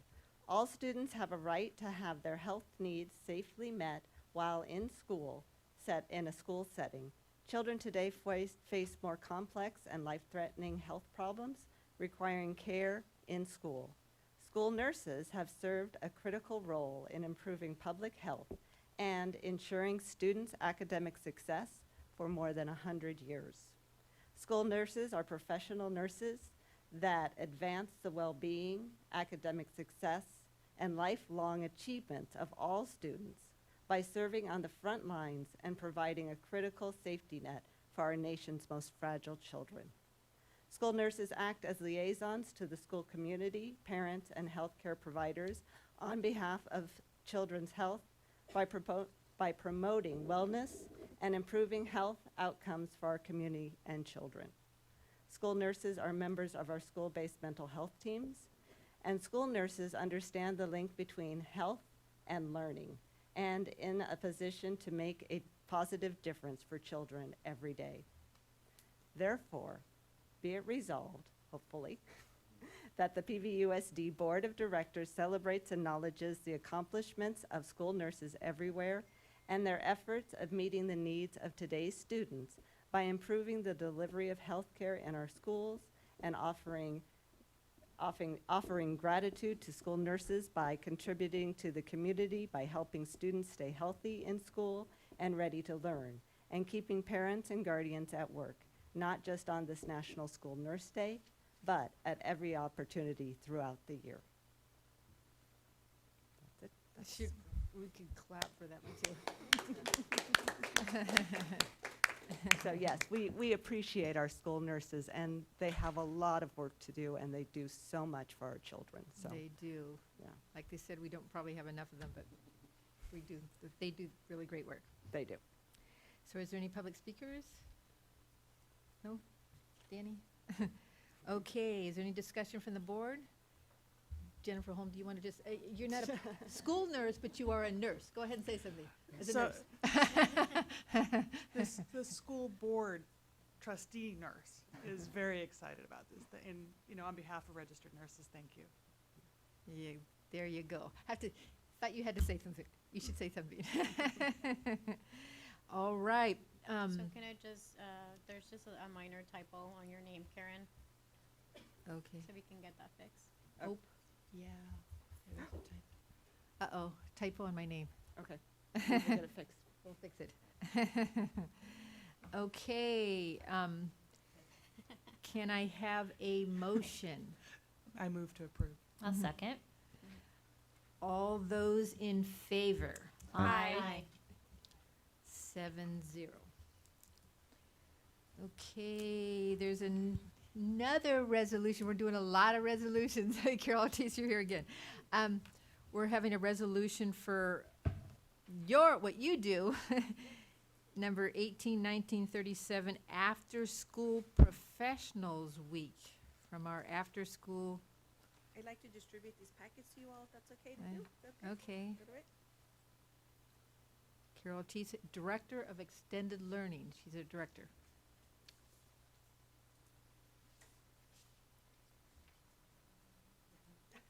No, so you guys get pink ones, and I'm gonna have a red one.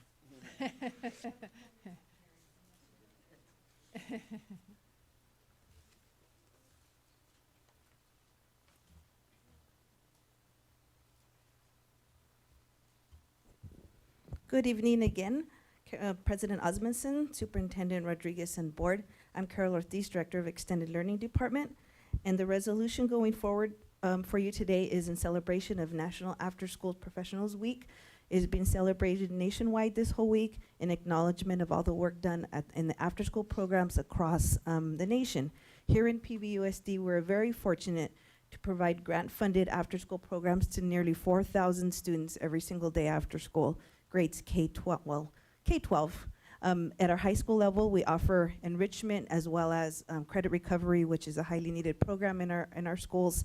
In the middle and elementaries, we offer a variety of enrichment from STEAM items, project-based learning, literacy, AR, homework support, and we really try to provide a well-balanced program because we know our students are tired from the long day of being at school, and they're there for another 3 hours, and we want to provide them with something that's enriching, interesting, and also academic.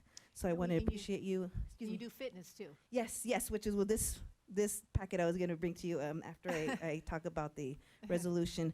I wanted to let you know and personally invite you all to our Super Kids race that will be happening next Friday, May 3rd at Watsonville High School. It's an annual event that's a celebration of our specific fitness programs that we offer to our kids. We do biking, which a lot of kids, the younger grades especially, don't know how to ride bikes. Sometimes in after school, we teach them how to ride bikes.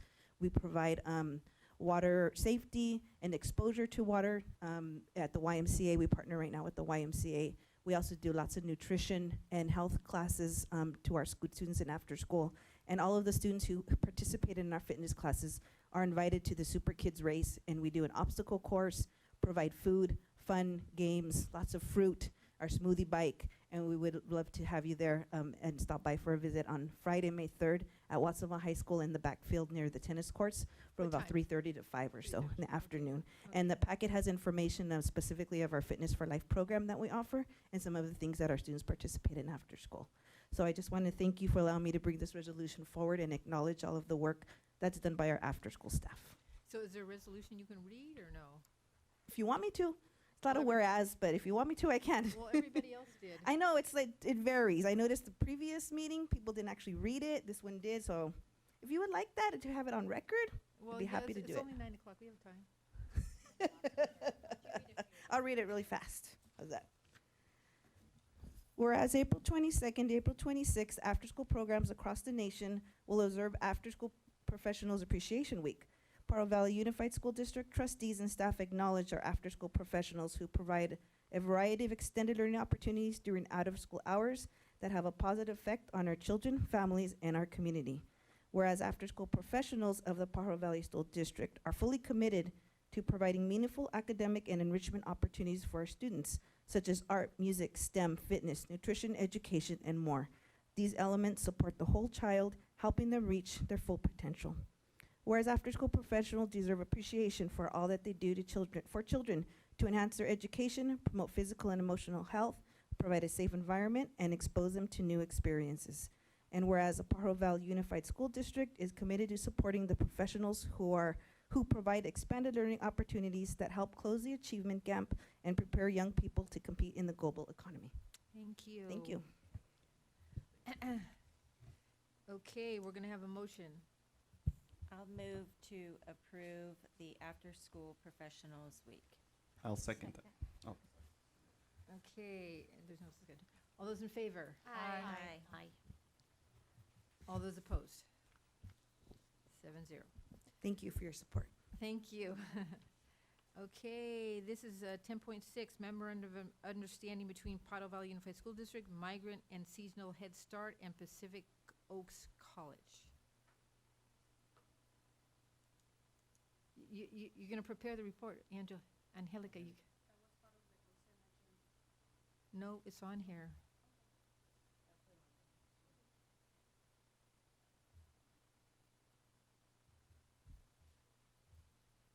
So there's no financial commitment with this MOU. This is to help with recruitment.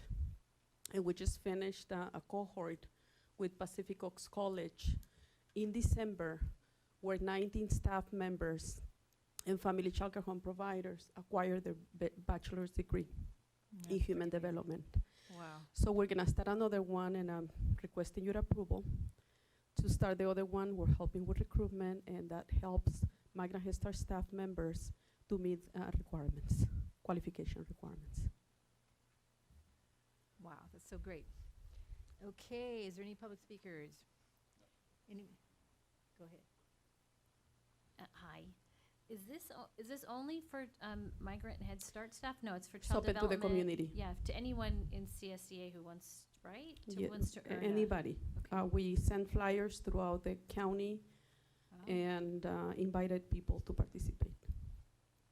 So out of the 19 that graduated in December, I believe it was 12 migrant and seasonal Head Start staff, 1 provider, and the rest from the community. That's great. Good job. And so if people want to also go on and earn a credential so that they can They can classroom? continue. And Yes. can they use this program to do that? They can. Great. Thank you. There's 4 different components to the program. Yeah, Dorothy. Hi, Angelica. I just want to acknowledge you and thank you for all your hard work. And if none of my other colleagues have anything else for board comments, I will move to approve. Thank you. Thank you. Second. All those in favor? Aye. Aye. All those opposed? 7-0. Thank you, Angelica. Thank No, you, it's not. Angelica. Thank you. It's not in, it was in action item. It was an action item. Okay, 10.7, elementary language arts instructional materials. Report will be by Susan Perez. Oh, no, you. Oh, because Susan Perez, you're here. Okay. Okay, you're here too. Good evening, President Osmondson, Dr. Rodriguez, and members of the board. We are excited to be back again with another adoption recommendation. We have been, I shouldn't say we, Claudia has been working very hard this year with our elementary teachers to pilot and adopt a language arts curriculum for our elementary schools to begin implementing next year. And so I would like to introduce Claudia Monjaras, our language arts and history social science coordinator, to walk you through the process and share with you the recommendation that we are making for adoption. Hi. No. Hi, good evening. I'm going to pass these out to you guys so I don't have to stand here and hold them. And that way you can look at them as we're going through the presentation. That's pretty heavy duty.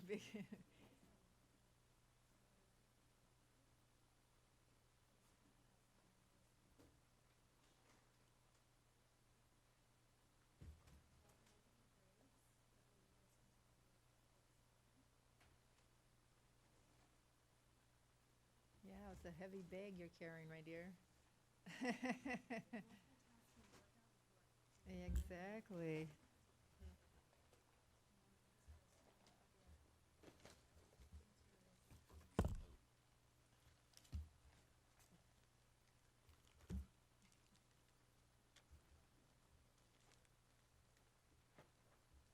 Okay, so this was our timeline. We started actually last spring by identifying the 2 programs that have been state approved and match our level of program, which is basically program 5, where we are on being able to identify materials, which means that we had to be able to choose materials that address ELA, ELD, biliteracy classes, the whole gamut.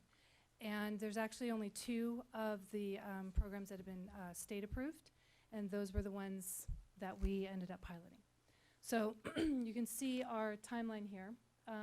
So spring, we identified the 2 sets of materials, and we recruited pilot teachers. And then we began the actual piloting of the materials in the fall of this school year. 1 round was piloted at the first semester, and then at the second semester, we flip-flopped and they did the second set. And then April 9th was when we actually brought everybody together to have what we're calling our decision day. And then here we are today to request board approval. So these are the one on the left there, Benchmark Advanced Adelante. That's the one that we're actually going to have in front of you here. And then McGraw-Hill was the other one that we piloted. I've got that one. So participants in the process, we had K through 5th grade teachers. We also had RSP and SDC represented. There were a total of 13 teachers from 15 out of the 16 elementary sites. And then with the number of teachers that we had, it actually hit actually it was over 800 students. And then we also had a classroom observation group who was comprised of teachers and coaches, and they went to the classrooms and actually did little interviews with the kids.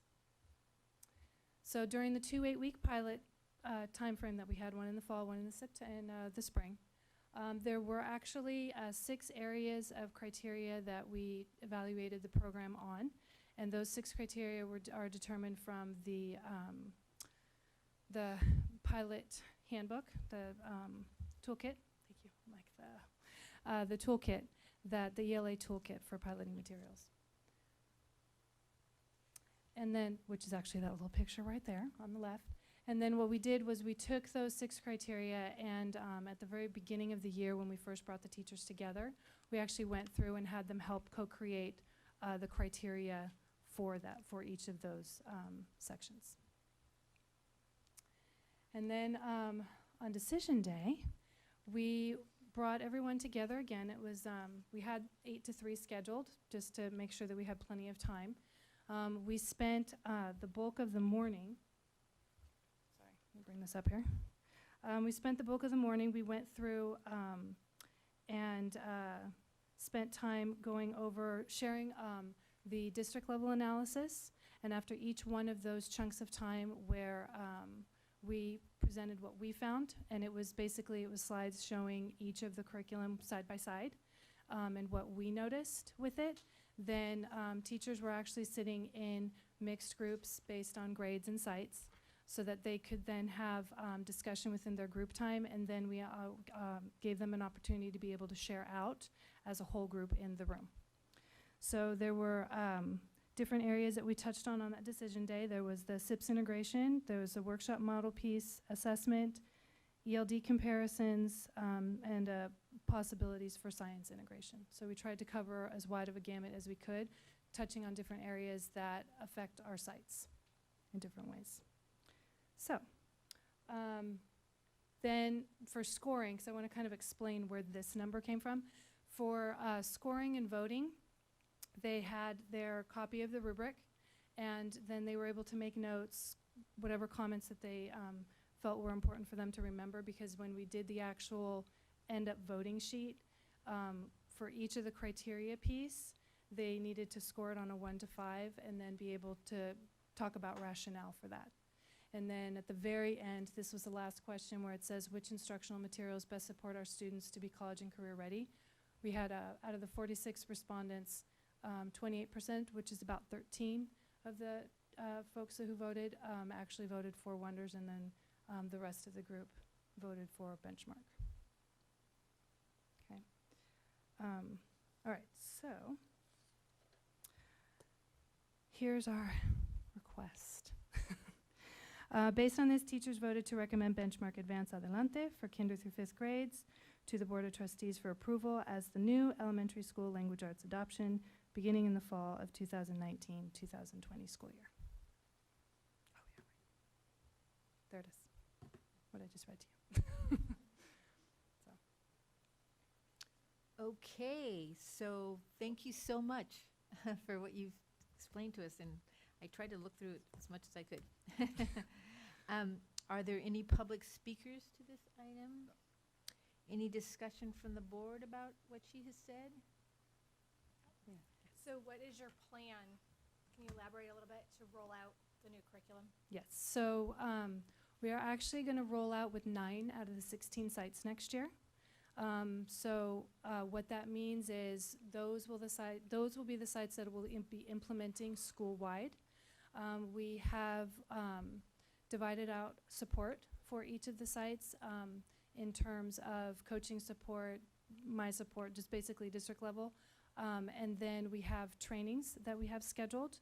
So we're going to have our first round of training August 7th, 8th, and 9th, where we will bring everybody together. We did a survey with teachers asking for feedback on from the pilot teachers for the August and September will be the makeup days, so to speak, makeup days. But what is it that they feel that we need to work with the publisher on improving for trainings when we roll out with the other sites in August? One of those requests was that we look at doing grade level specific.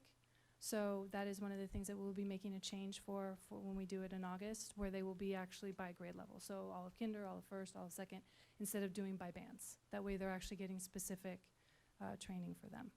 We're also going to have breakout sessions on the last day of those 3 days. So bilingual teachers will be able to get a breakout session, and then we have a breakout session for the SIPS integrating teachers. We have some SPED support. We also have one of our sites will actually be implementing learning centers as well. So we have additional support. We've been working with SPED on that piece. Yes. I just would like to add one thing to answer your question. We're not rolling out all of the schools in year 1. We'll be doing this over a 2-year period. One of the lessons that we learned when we rolled out our elementary mathematics curriculum was that we did not have the support, we could not provide enough support with our staff to roll out a brand new curriculum with 16 schools and be as effective as we wanted to be. So we've spent several years trying to provide that support that I think could have done more effectively in the first year if we had not had as many schools. This was so evident with our SIPs work that we've done around SIPs, where we started with smaller numbers. So Claudia reached out to the schools, and the schools actually self-selected those that wanted to go the first year and those that would go the second year. And so I think this plan will be much more effective in terms of making sure that we can not only provide training for that many teachers, but also the ongoing support to ensure that they're successful with this program. Allow for deeper implementation too. Okay, so do people feel comfortable about what's going to go on next year? Yeah. Okie dokie. So can I have a motion? I'd like to make a motion to adopt this curriculum. I'll second. All those in favor? Aye. All those opposed? 7-0. Okay, the next one is 10.8, approve agreement with a new teacher project, which is a national teacher project, actually. It's a national one, it's not the one here. Sounds good. And Dr. Michelle Rodriguez. So as you remember, at the last board meeting, we went over the plan that we needed to present to you in regards to the low-performing block grant. So we have $1.2 million that was slated for particular things within the low-performing block grant. If you'll remember, there was 3 components of that low-performing block grant for supporting our secondary schools with an emphasis on middle schools. One was school connectedness, the second one was literacy achievement, and then the third was support for site administration and becoming instructional leaders. The work with TNTP is based on work that we've been doing with the Education Equity Audit Team, and it's all based on the work of their opportunity myth work. So it will help us both in the area of literacy achievement and also providing professional development for our site administration. So we're really lucky to have them. They are very select with the people that they partner with. And through my work through the Broad Foundation, we were able to acquire their services. And so this is part of the grant that was approved through you. And then now this is the agenda piece to it. Okay, so is there any public speakers? No. Any discussion from the board about it? Let's see what I want to say. Michelle, I think I missed something, but how many people will be participating? So this will be focused in the beginning, so it's multifaceted. So for June, it will be focusing on all of our secondary district administration. And then starting the following school year, it will be supporting literacy achievement. And so that will include teachers and administration from the middle school and possibly high school level. So it will be hundreds of people that will be receiving some level of support from it. Thank you. Yeah, so this is the one we're going to do with the middle schools, right? Yeah, remember that. Okay, any more discussion from board members? Okay, so all those, a motion, sorry. I'd like to make a motion to approve. Second. I second. Okay, all those in favor? Aye. Aye. All those opposed? 7-0.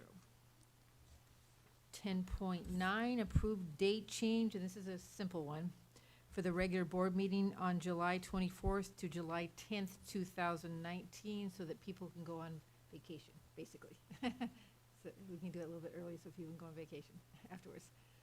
All right, so is there any discussion from the board on this issue? If I may, point of order, did we skip item 10.8? That was the one we just did. Oh, I'm sorry. Yes, sorry. Apologize. Yeah. I just Go have a question.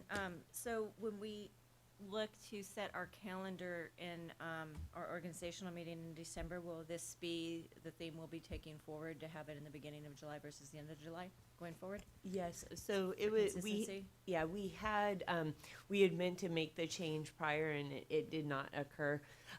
What we find is much of our staff is we have available when we have programming for students. So when you look at our extended learning program, when you look at our migrant ed program, a lot of that ends after the first week in July. So we call it the dead period, but generally when students are not present is the time when a lot of staff winds up leaving town. And so we apologize for the oversight the first time, but if we could make the change, and then I know in past years they hadn't had any meetings in July.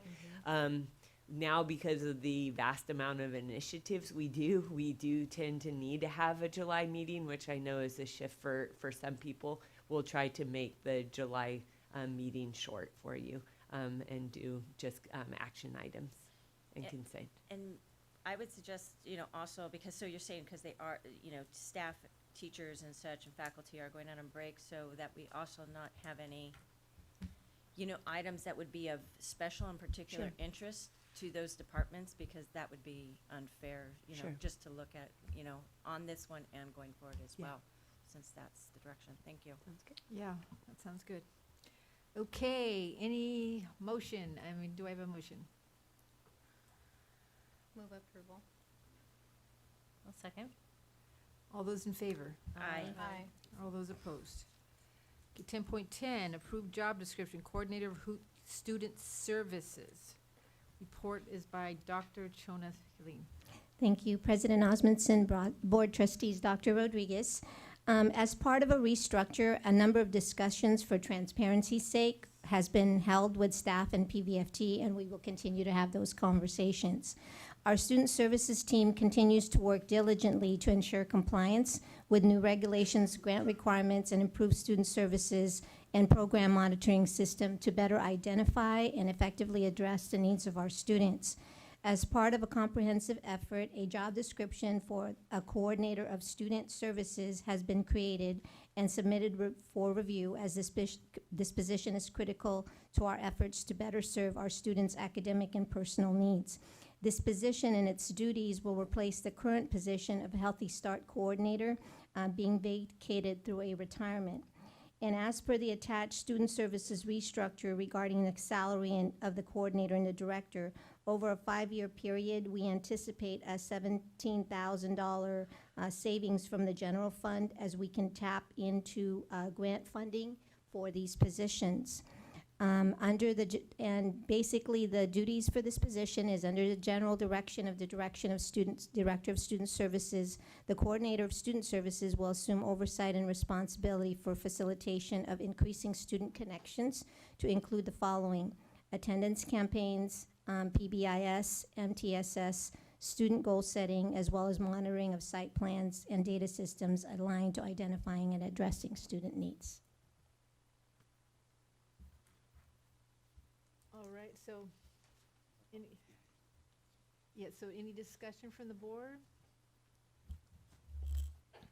So this is, I think this is a really good idea, because, our director didn't have as much help that she should have in student services, because Rich Puente was a coordinator of Healthy Start, and so he wasn't connected at all with her. They didn't even talk to each other, basically. I don't think so, right? They were doing their own thing, right?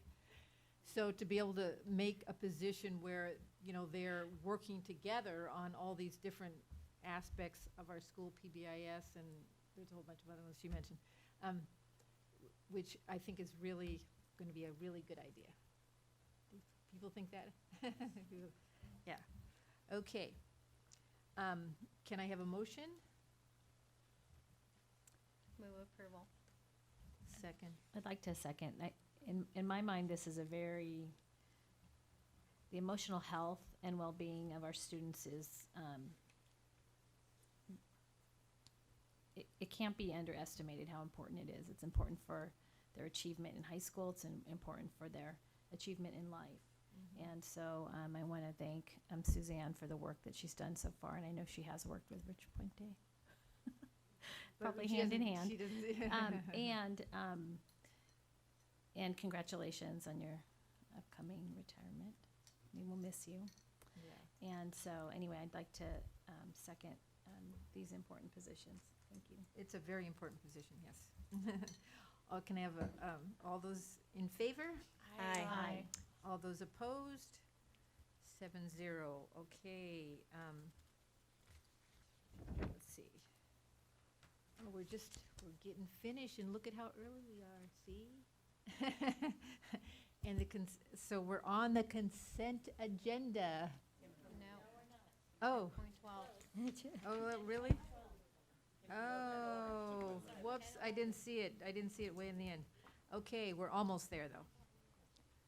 10.12, approve agreement for construction management service for coming.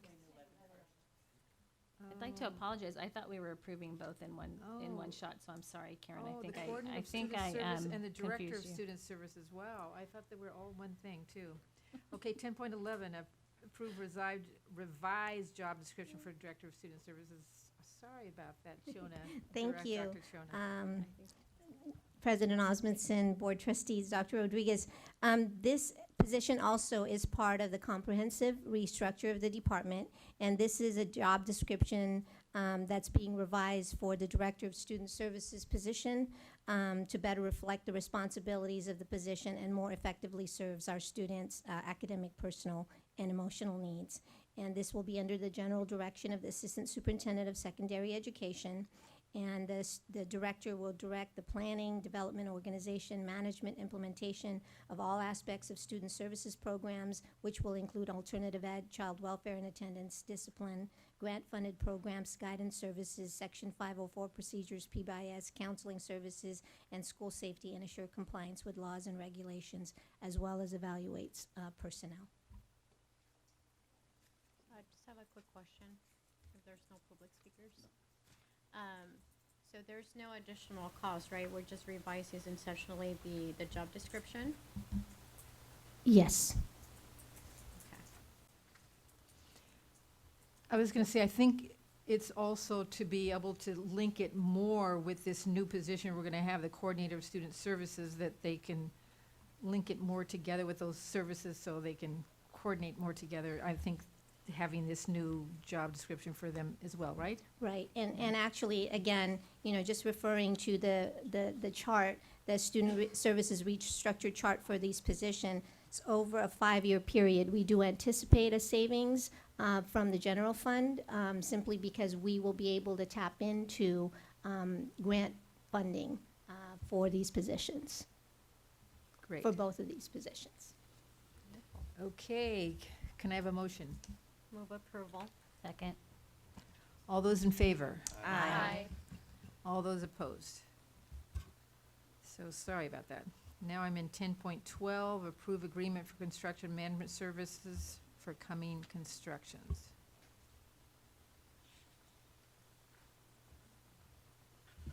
Good evening, Board President, members of the board, Superintendent Rodriguez, and Cabinet. This evening, we have before you a contract for additional services for Cumming Corporation in construction management for our Measure L bond program and facilities. This evening, we have joining us Howard Cohen, our planning supervisor, who will also give an overview of our upcoming summer projects and the need during our transition for additional support, and kind of give an outline there.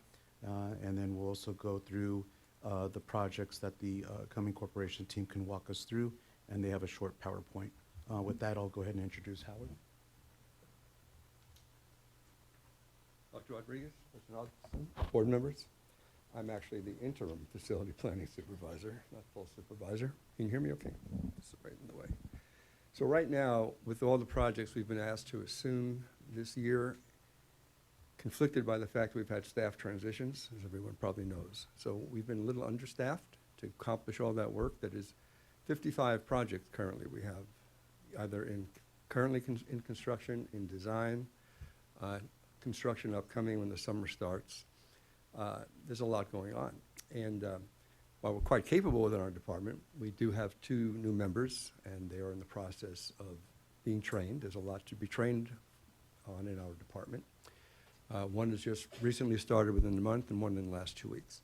And while they look to be very promising people, they're not able to just take on 10 or 12 projects like a lot of us do in our department. So to assist that whole process, to accomplish all these projects, we have, with Joe acknowledged, teaming up with Cumming Corporation for their assistant project management on many of these projects. They're already doing that, as you know, on the PV High School projects. And so they would just, I think the intent of this is to extend that service that they would provide to help us through probably 2019, perhaps somewhat into 2020. At some point, we'll find a balance again, I think, within our own forces. That's where we stand for now. So for Cumming Corporation, we have Frank Dickinson and John Olson here tonight that will continue on with this discussion. If you have any further questions, I'll be glad to answer them.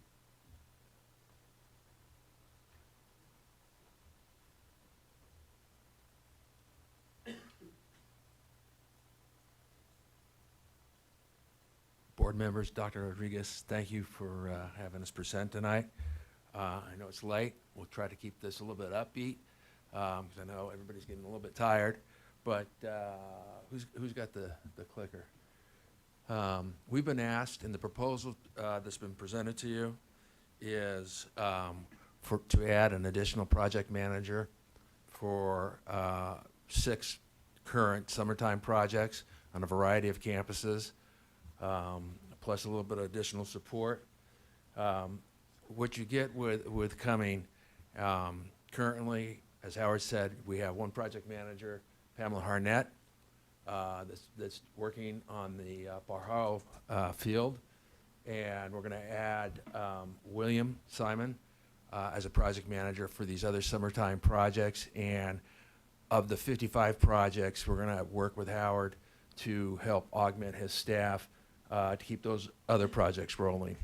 One of the things that we do is we have a whole group of people that are support, cost estimators, schedulers, all sorts of different people we can bring to the table. We bring the people to the table when they're needed to solve the problems, to keep the projects moving, to support your staff. So the way we work this is we give you a not to exceed amount, and we charge you by the hour for the hours that we work. No more, no less. So our statement, that's a lot of words up there. We're here to support the schools. You guys have a tremendous responsibility to the community, to the students, to the teachers. One of the things that's really, really required is to have good facilities that are operating properly, getting things built and taken care of on time. We bring that expertise to the district and to the staff. One of the things that we like to do is, as Howard talked about, help train up the staff. We're staff augmentation to his group. What we want to do is essentially work ourselves out of a job. We want to train his staff up. We want to train up as many people as we can so that you guys can continue to do it in-house with less and less of our input. So we've talked about the current proposal for immediate support for the 2019 projects. We're going to continue our oversight of the football field and the auditorium. One of the things that we did, and we worked really collaboratively with Rich, with Howard, with your staff to drop the price, value engineered the field to match the budget. And that took an all-hands effort, not only from the Pajaro staff, but from our staff. We had 4 people working on it, brainstorming. Can we do this? Can we do that? What happens if we take this out? What happens if we change that? And through all of that, we were able to save over $1.27 million in that exercise alone. Wow. So some of the other things that we've talked about that we are not including tonight is doing some cash flow, working up a master schedule so you can start to help prioritize your projects, start to help look at down over the years, and then cash flow load it, put cost to it, and then be able to show when you're going to be spending your money so you can do that, and just help with budget visibility. If I could add just a few things, as the project director, I'm local. I live in La Selva Beach. One of our senior project managers also lives in La Selva Beach. He went to Aptos High School, graduated there. His 2 daughters, his last daughter is a senior there now. My 2 stepsons graduated there, and I have grandchildren starting next year at Rio Del Mar School. So this is more than just a business thing for us.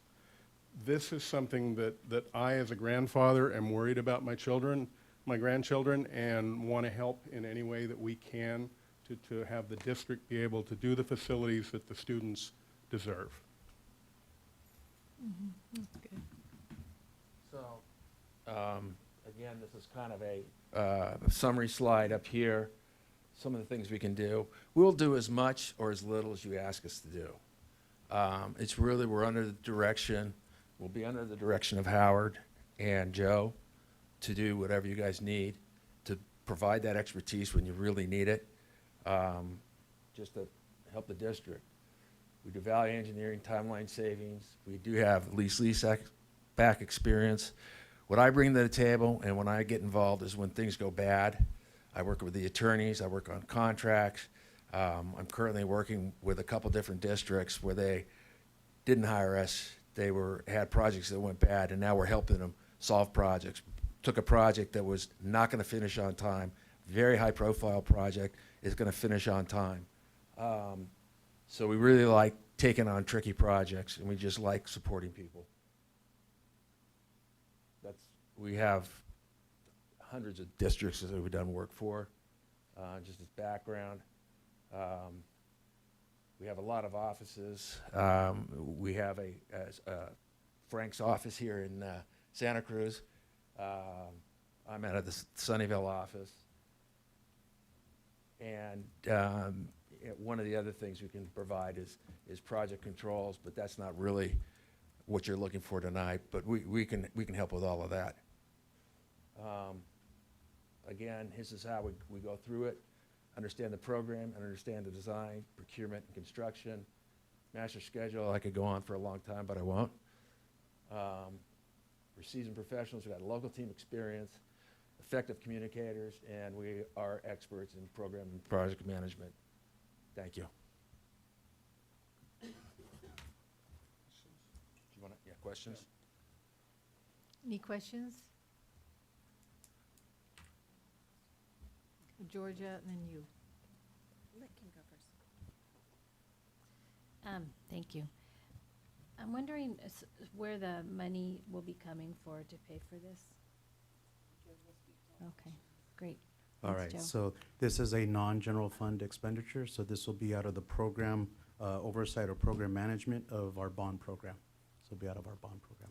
So when we set the bond in place, there was some money that we set aside, correct? Correct. In some type of a trust fund or some type of an endowment We- account? We have an endowment for. Can you talk to the new board members about what that is? So we have an endowment, two endowments within our bond program. One is for information technology, IT infrastructure, and the other one is for deferred maintenance or routine restricted maintenance. So two endowments, specific outlines within those endowments. And then within our bond program, we have an amount that's set aside for oversight and administration. And that covers architects, inspector fees, all the other, there's a variety of consultants that work on projects from, I think the one I'm getting kind of a little tired of is the biologist at PV High. Consultants from ranging from that, an environmentalist, other chemical type consultants that just review the facility, the ground, the paint, you name it. Those fees and admin costs are built within the bond program. And so we also have management and our planning specialists within that as well. So will this expenditure be something that's in line with our Measure L monies, or will this kind of edge into the money that normally would be spent on just improving facilities? It's going to be a little bit of both. Okay. And I'll take the PV High example as that $1.27 million savings. We were in the hole, and the team worked very hard together, and that was actually a savings. So now that savings we're going to shoot or provide into the auditorium. And so we're looking at that, and that's going to be the next big challenge is the auditorium, and do a cost estimate, making sure that the scope is within a line budget. So it has a ripple effect, but that's how we approach it. And so the cost savings from various projects goes into other projects, but also the investment, whether it's 100,000 or 300,000. In this case, it was 1.27. It comes back into the program, and so it's a complement of both. Has this company and management program been introduced to the Bond Oversight Committee, and have they made any recommendations or approved this plan? Not as of yet, Okay. but we have the PV High, or actually, yes, we have, I'm sorry, I apologize. They have been at the last meeting, just the most recent meeting 2 weeks ago, approximately. The last Citizens Oversight Committee was 2 weeks ago. 2 weeks ago, we provided a list of the projects for summer and then upcoming 2019 projects, and that was provided. And the committee requested additional information, which we're making adjustments, and we'll also come back around to the board to do kind of the end of summer success of the projects, to show all the projects that are completed, the cost, the budget, and then we're also trying to schedule a field trip for the board and for our facility staff and community stakeholders. Thank you. You're welcome. Trustee Orozco, did you have a question before I did? No, he answered it. Hi, Joe. Hello. How are you? Good evening. Good. My first question, Joe, are you going to be hands-on with this, given some of the changes going on? Yes, I'm within going to the be district? very, very hands-on. I'm happy to hear that. That makes me feel very confident. So, you know, it's hard to see that, you know, I think for some board members, to see that to let some of these things go and to sort of lease them out to other companies and holdings. But I'm approaching this from twofold. I mean, I've had family worked in this department with this district, and also from my perspective of being a business owner and working on municipality contracts, I know how tedious, time-consuming, and how much management needs to go in them. And I'm very concerned with some of the changes of trying to manage this just within our own house, that it is really tasking more than what the department can do and handle, and putting people out of scope in their contracts, which I'm really not comfortable with. So if none of my other colleagues have any further comments, I will be happy to make an motion tonight to approve this, and I am glad that you will be hands-on with it, and I hope we can hear back reports from you and some report and discussion items on how things are going throughout you. the summer, and especially maybe a follow-up in the fall. Will do. So that's showing the accountability to the public that they were just not making this decision and not bringing it back for discussion. Correct. And follow-up. Thank you, Joe. You're welcome. So I made that motion. Oh, I was in second. Oh, unless you have a question, I'll hold off on the motion. No, I'll just say, I mean, I know that we need help because we're losing a couple. We're losing Victor, and I think we're losing Adam as well, two people that were working on these projects, right, are not going to be here with us. That's one of the reasons. Correct. We need- have a lot of transition. And then the teams also spoke about internally, it's not cost beneficial to hire our own cost estimator. That's a very specific, it's almost like hiring our own internal architect. That role or job is very expensive, and so that's something we can consult out. And a cost estimator, that's one of the services that they have under their umbrella. That actually helps us, and that's what helped us with PV High. So a contractor will give a cost and saying it's going to cost you 15 million. Well, now we have a third-party, non-biased review of that, and they're informing us, no, this is what we believe the cost should be, and that helps us at the negotiation table, but how we navigate moving forward. So I use that as an example. So he said that he was able to save 1 million, whatever, and he was able to do that. How was he able to do that? So what we did is, as a team, that was a very collaborative partnership between Victor, Adam in the beginning, Howard, myself, our legal counsel, the Cumming team, even Kent Construction. We all got together and we brainstormed and we looked at all costs on the table. And that was one of the benefits that the board approved the leaseback, is that we were able to have a conversation and dig deeper on the costs and the timeline. And so that is what really helped us out. And then our superintendent also provided input and direction. And through that process, we were able to save $1.27 million. And not only that, we're still going to come back later on down the road, is we were able to save about 3 months approximately on the schedule, because we were able to hit the April 15th deadline, and initially that was going to be pushed back 3 months later. And so we were able to hit the deadline with the internal team put together, and we were very successful. And I think we had a great ribbon cutting ceremony. And as we move forward, we'll continue to do that. Wow, thank you. You're welcome. Well, and I don't know if I'm going to need to amend my motion, but this is really important to me that I want to add and hold a strong point on this, was that the comment was made that it's being put with a cost not to exceed, but it'll be $1 per hour at a rate, and we'll get those. So if it should get to where it's going to exceed and it's going to need to be adjusted, I don't want to see it slid into the consent agenda. I want to see it brought back as an action item where it's specifically discussed. Will do. Not in consent agenda. So if I need to amend my motion to include that, please note that. That's how I would like to see it be. Will Okay? do. Thank you. And we'll bring a report with the current status of the work completed and what's pending and the why. And the why. If that happens. Thank you. You're welcome. So that's my motion. All right, thank you. Thank you, Georgia. Second. Okay, all those in favor? Aye. All those opposed? Now finally, I'm Thank you. getting there.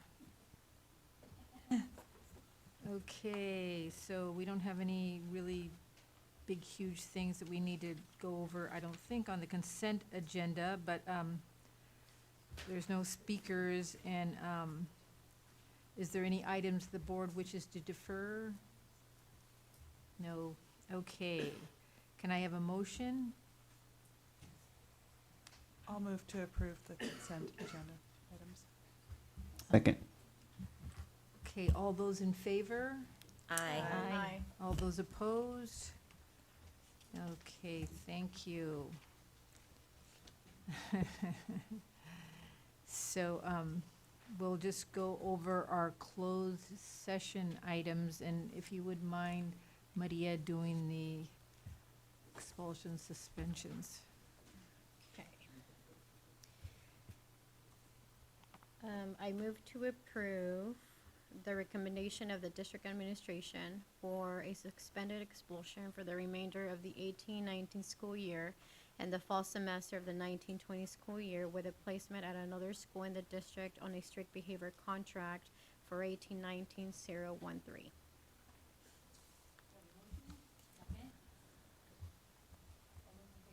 Aye. I move to approve the recommendation of the district administration for a full expulsion for the remainder of the 18-19 school year and the fall semester of the 19-20 school year with placement at another school outside the district on a strict behavior contract for number 18-19-014. Second? All those in favor? Aye. Okay, action report and closed session. On motion number 1, out of closed session, item 2.2, I move to approve the certificated personnel report as presented by district administration on April 24th, 2019, with 168 and 4 additional action items. Second. All those in favor? Aye. Motion number 2, closed session, item 2.3, I move to approve the classified personnel report as presented by district administration on April 24th, 2019, with 105 and 5 additional action items. Second. All those in favor? Aye. Closed session item 2.2, the governing board of trustees voted unanimously in favor of transferring Lisa Aguirre Lewis from assistant superintendent of elementary education to assistant superintendent of curriculum and instruction. Readout number 2, the governing board of trustees is pleased to announce the appointment of Mrs. Julie Edwards to the position of CTE coordinator. Ms. Edwards has been an assistant principal at Aptos High since 2015, where she currently serves. Her passion is to develop and implement viable and exciting college and career readiness programs and initiatives to create and foster an environment where students are aware of what's needed for success in post-secondary options. She has advocated for Naviance, established the new College and Career Center, managed partnerships with UCSC, as well as colleges and business partners. From August 2008 to July 2015, Mrs. Edwards served as program coordinator, counselor, and teacher for the Santa Cruz Office of Education, CTE ROP program. She was a college and career center advisor in the Scottsville Unified School District. Other related experience include private college admissions consulting, independent marketing consultant, high-tech marketing communication senior manager, high-tech marketing public relations specialist. It is great to see one of PVUSD's own to be in a position instrumental to helping our students thrive and achieve their college and career goals. Congratulations, Julie.